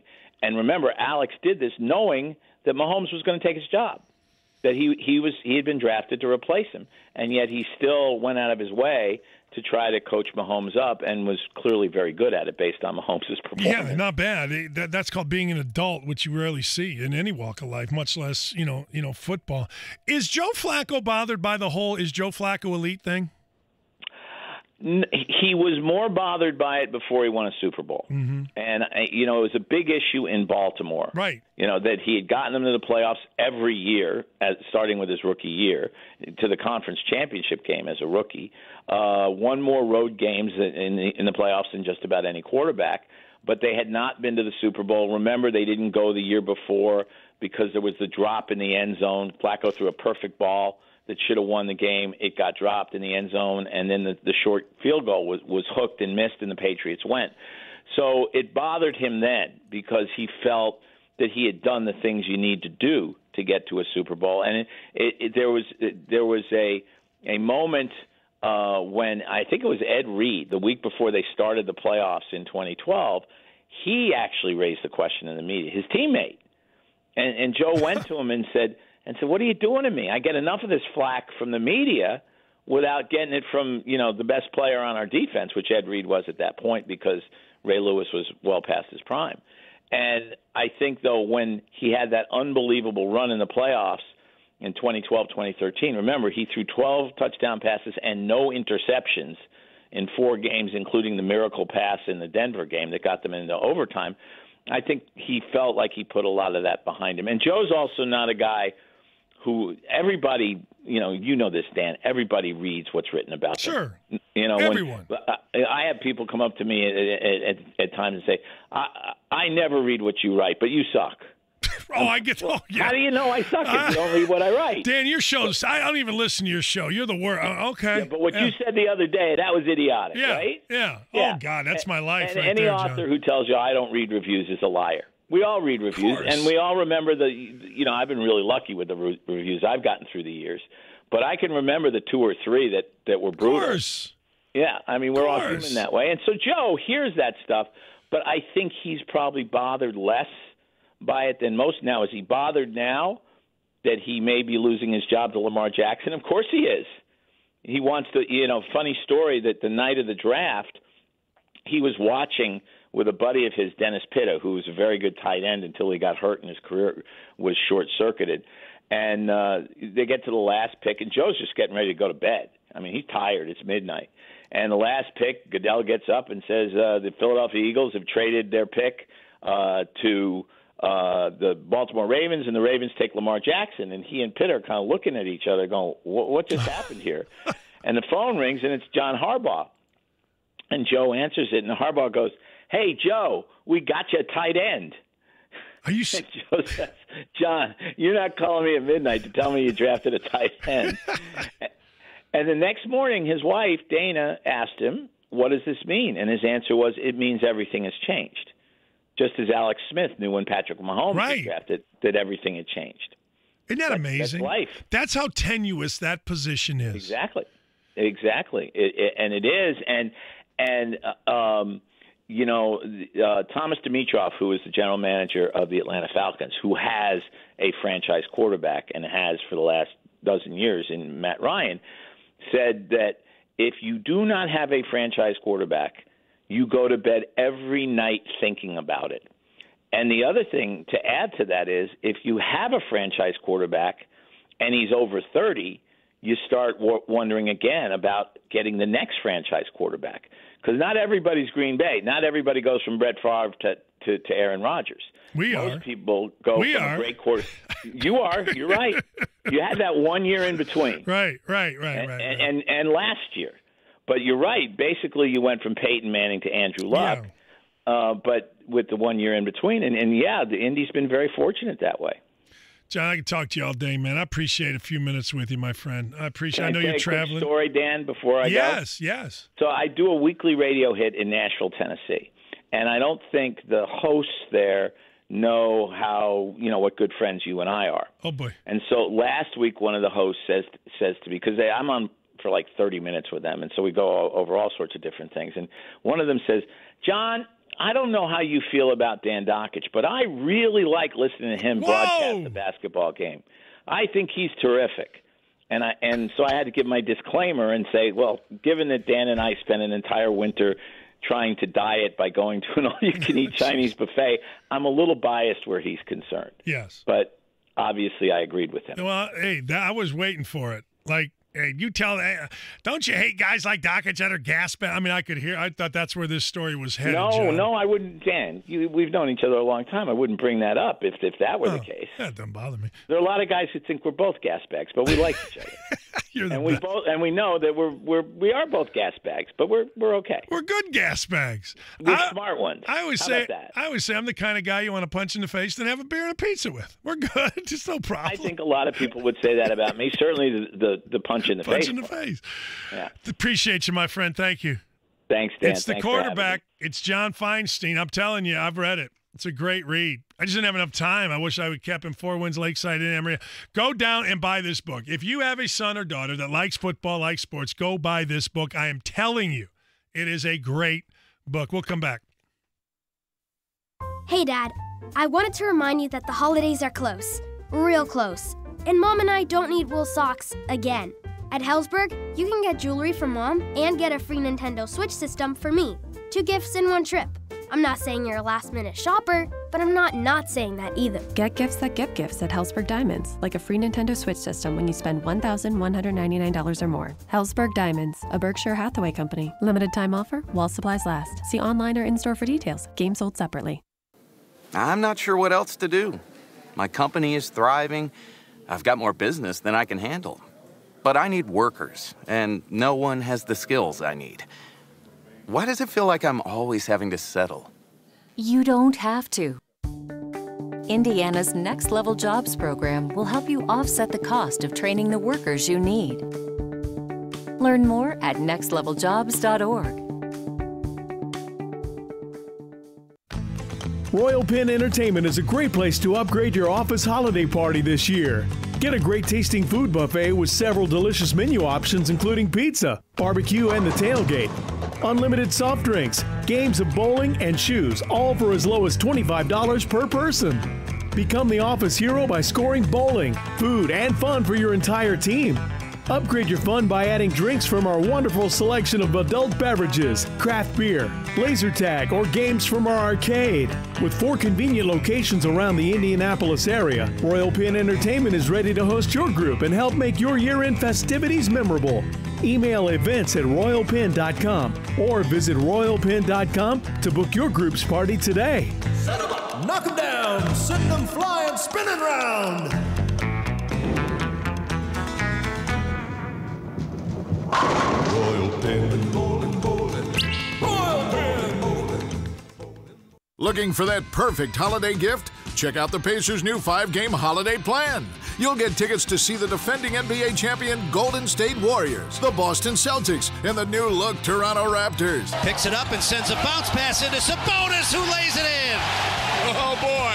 Plus, every plan includes a Pacers plaid flannel winter hat to keep you warm throughout the holiday season. Plans start as low as $25 per game. Check out seating options and all the details at pacers.com/holiday. How much do you need to save for retirement? Hi, I'm Rick Edelman, founder of Edelman Financial Engines. The question's simple, but the calculation can be complex. How much you need to save for retirement depends on how much income you want, what outside sources you'll have, like Social Security and pensions. And here's the good news. You don't have to guess. We can give you the answer.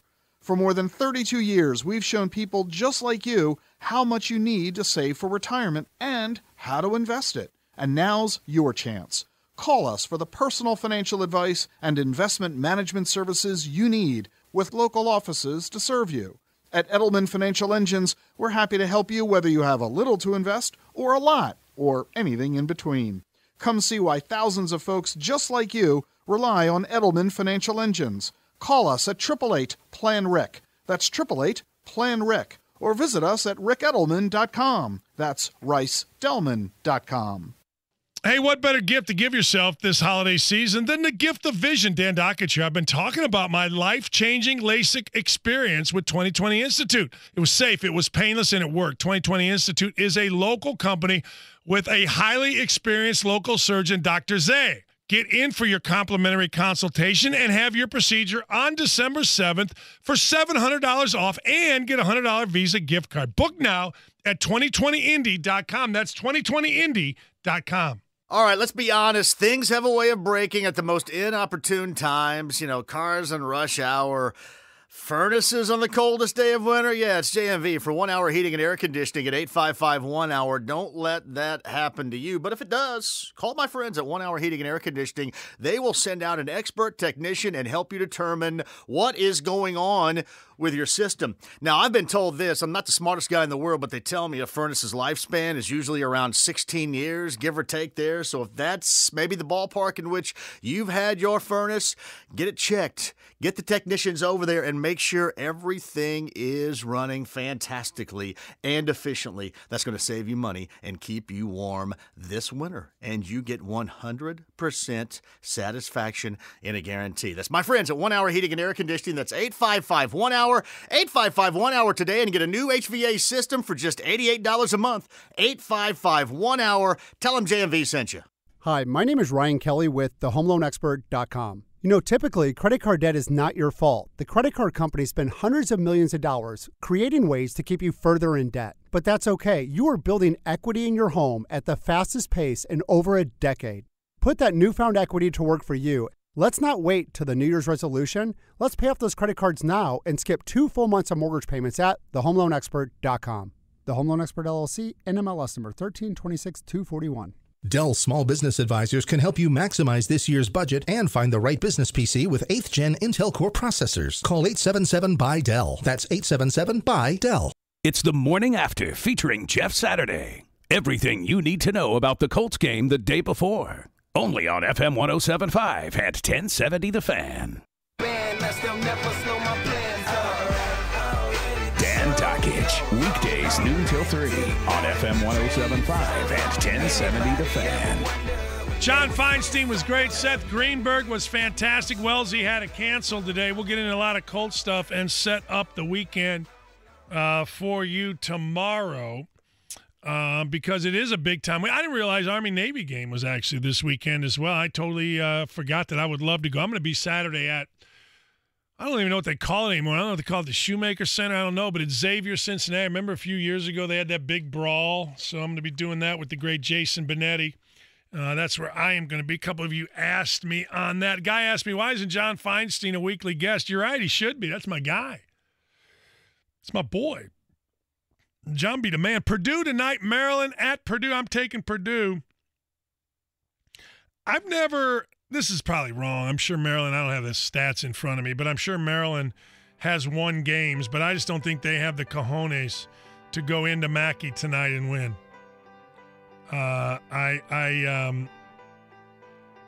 I just, guys bitching about Seth Greenberg. Wow. It's good stuff today. What are you talking about?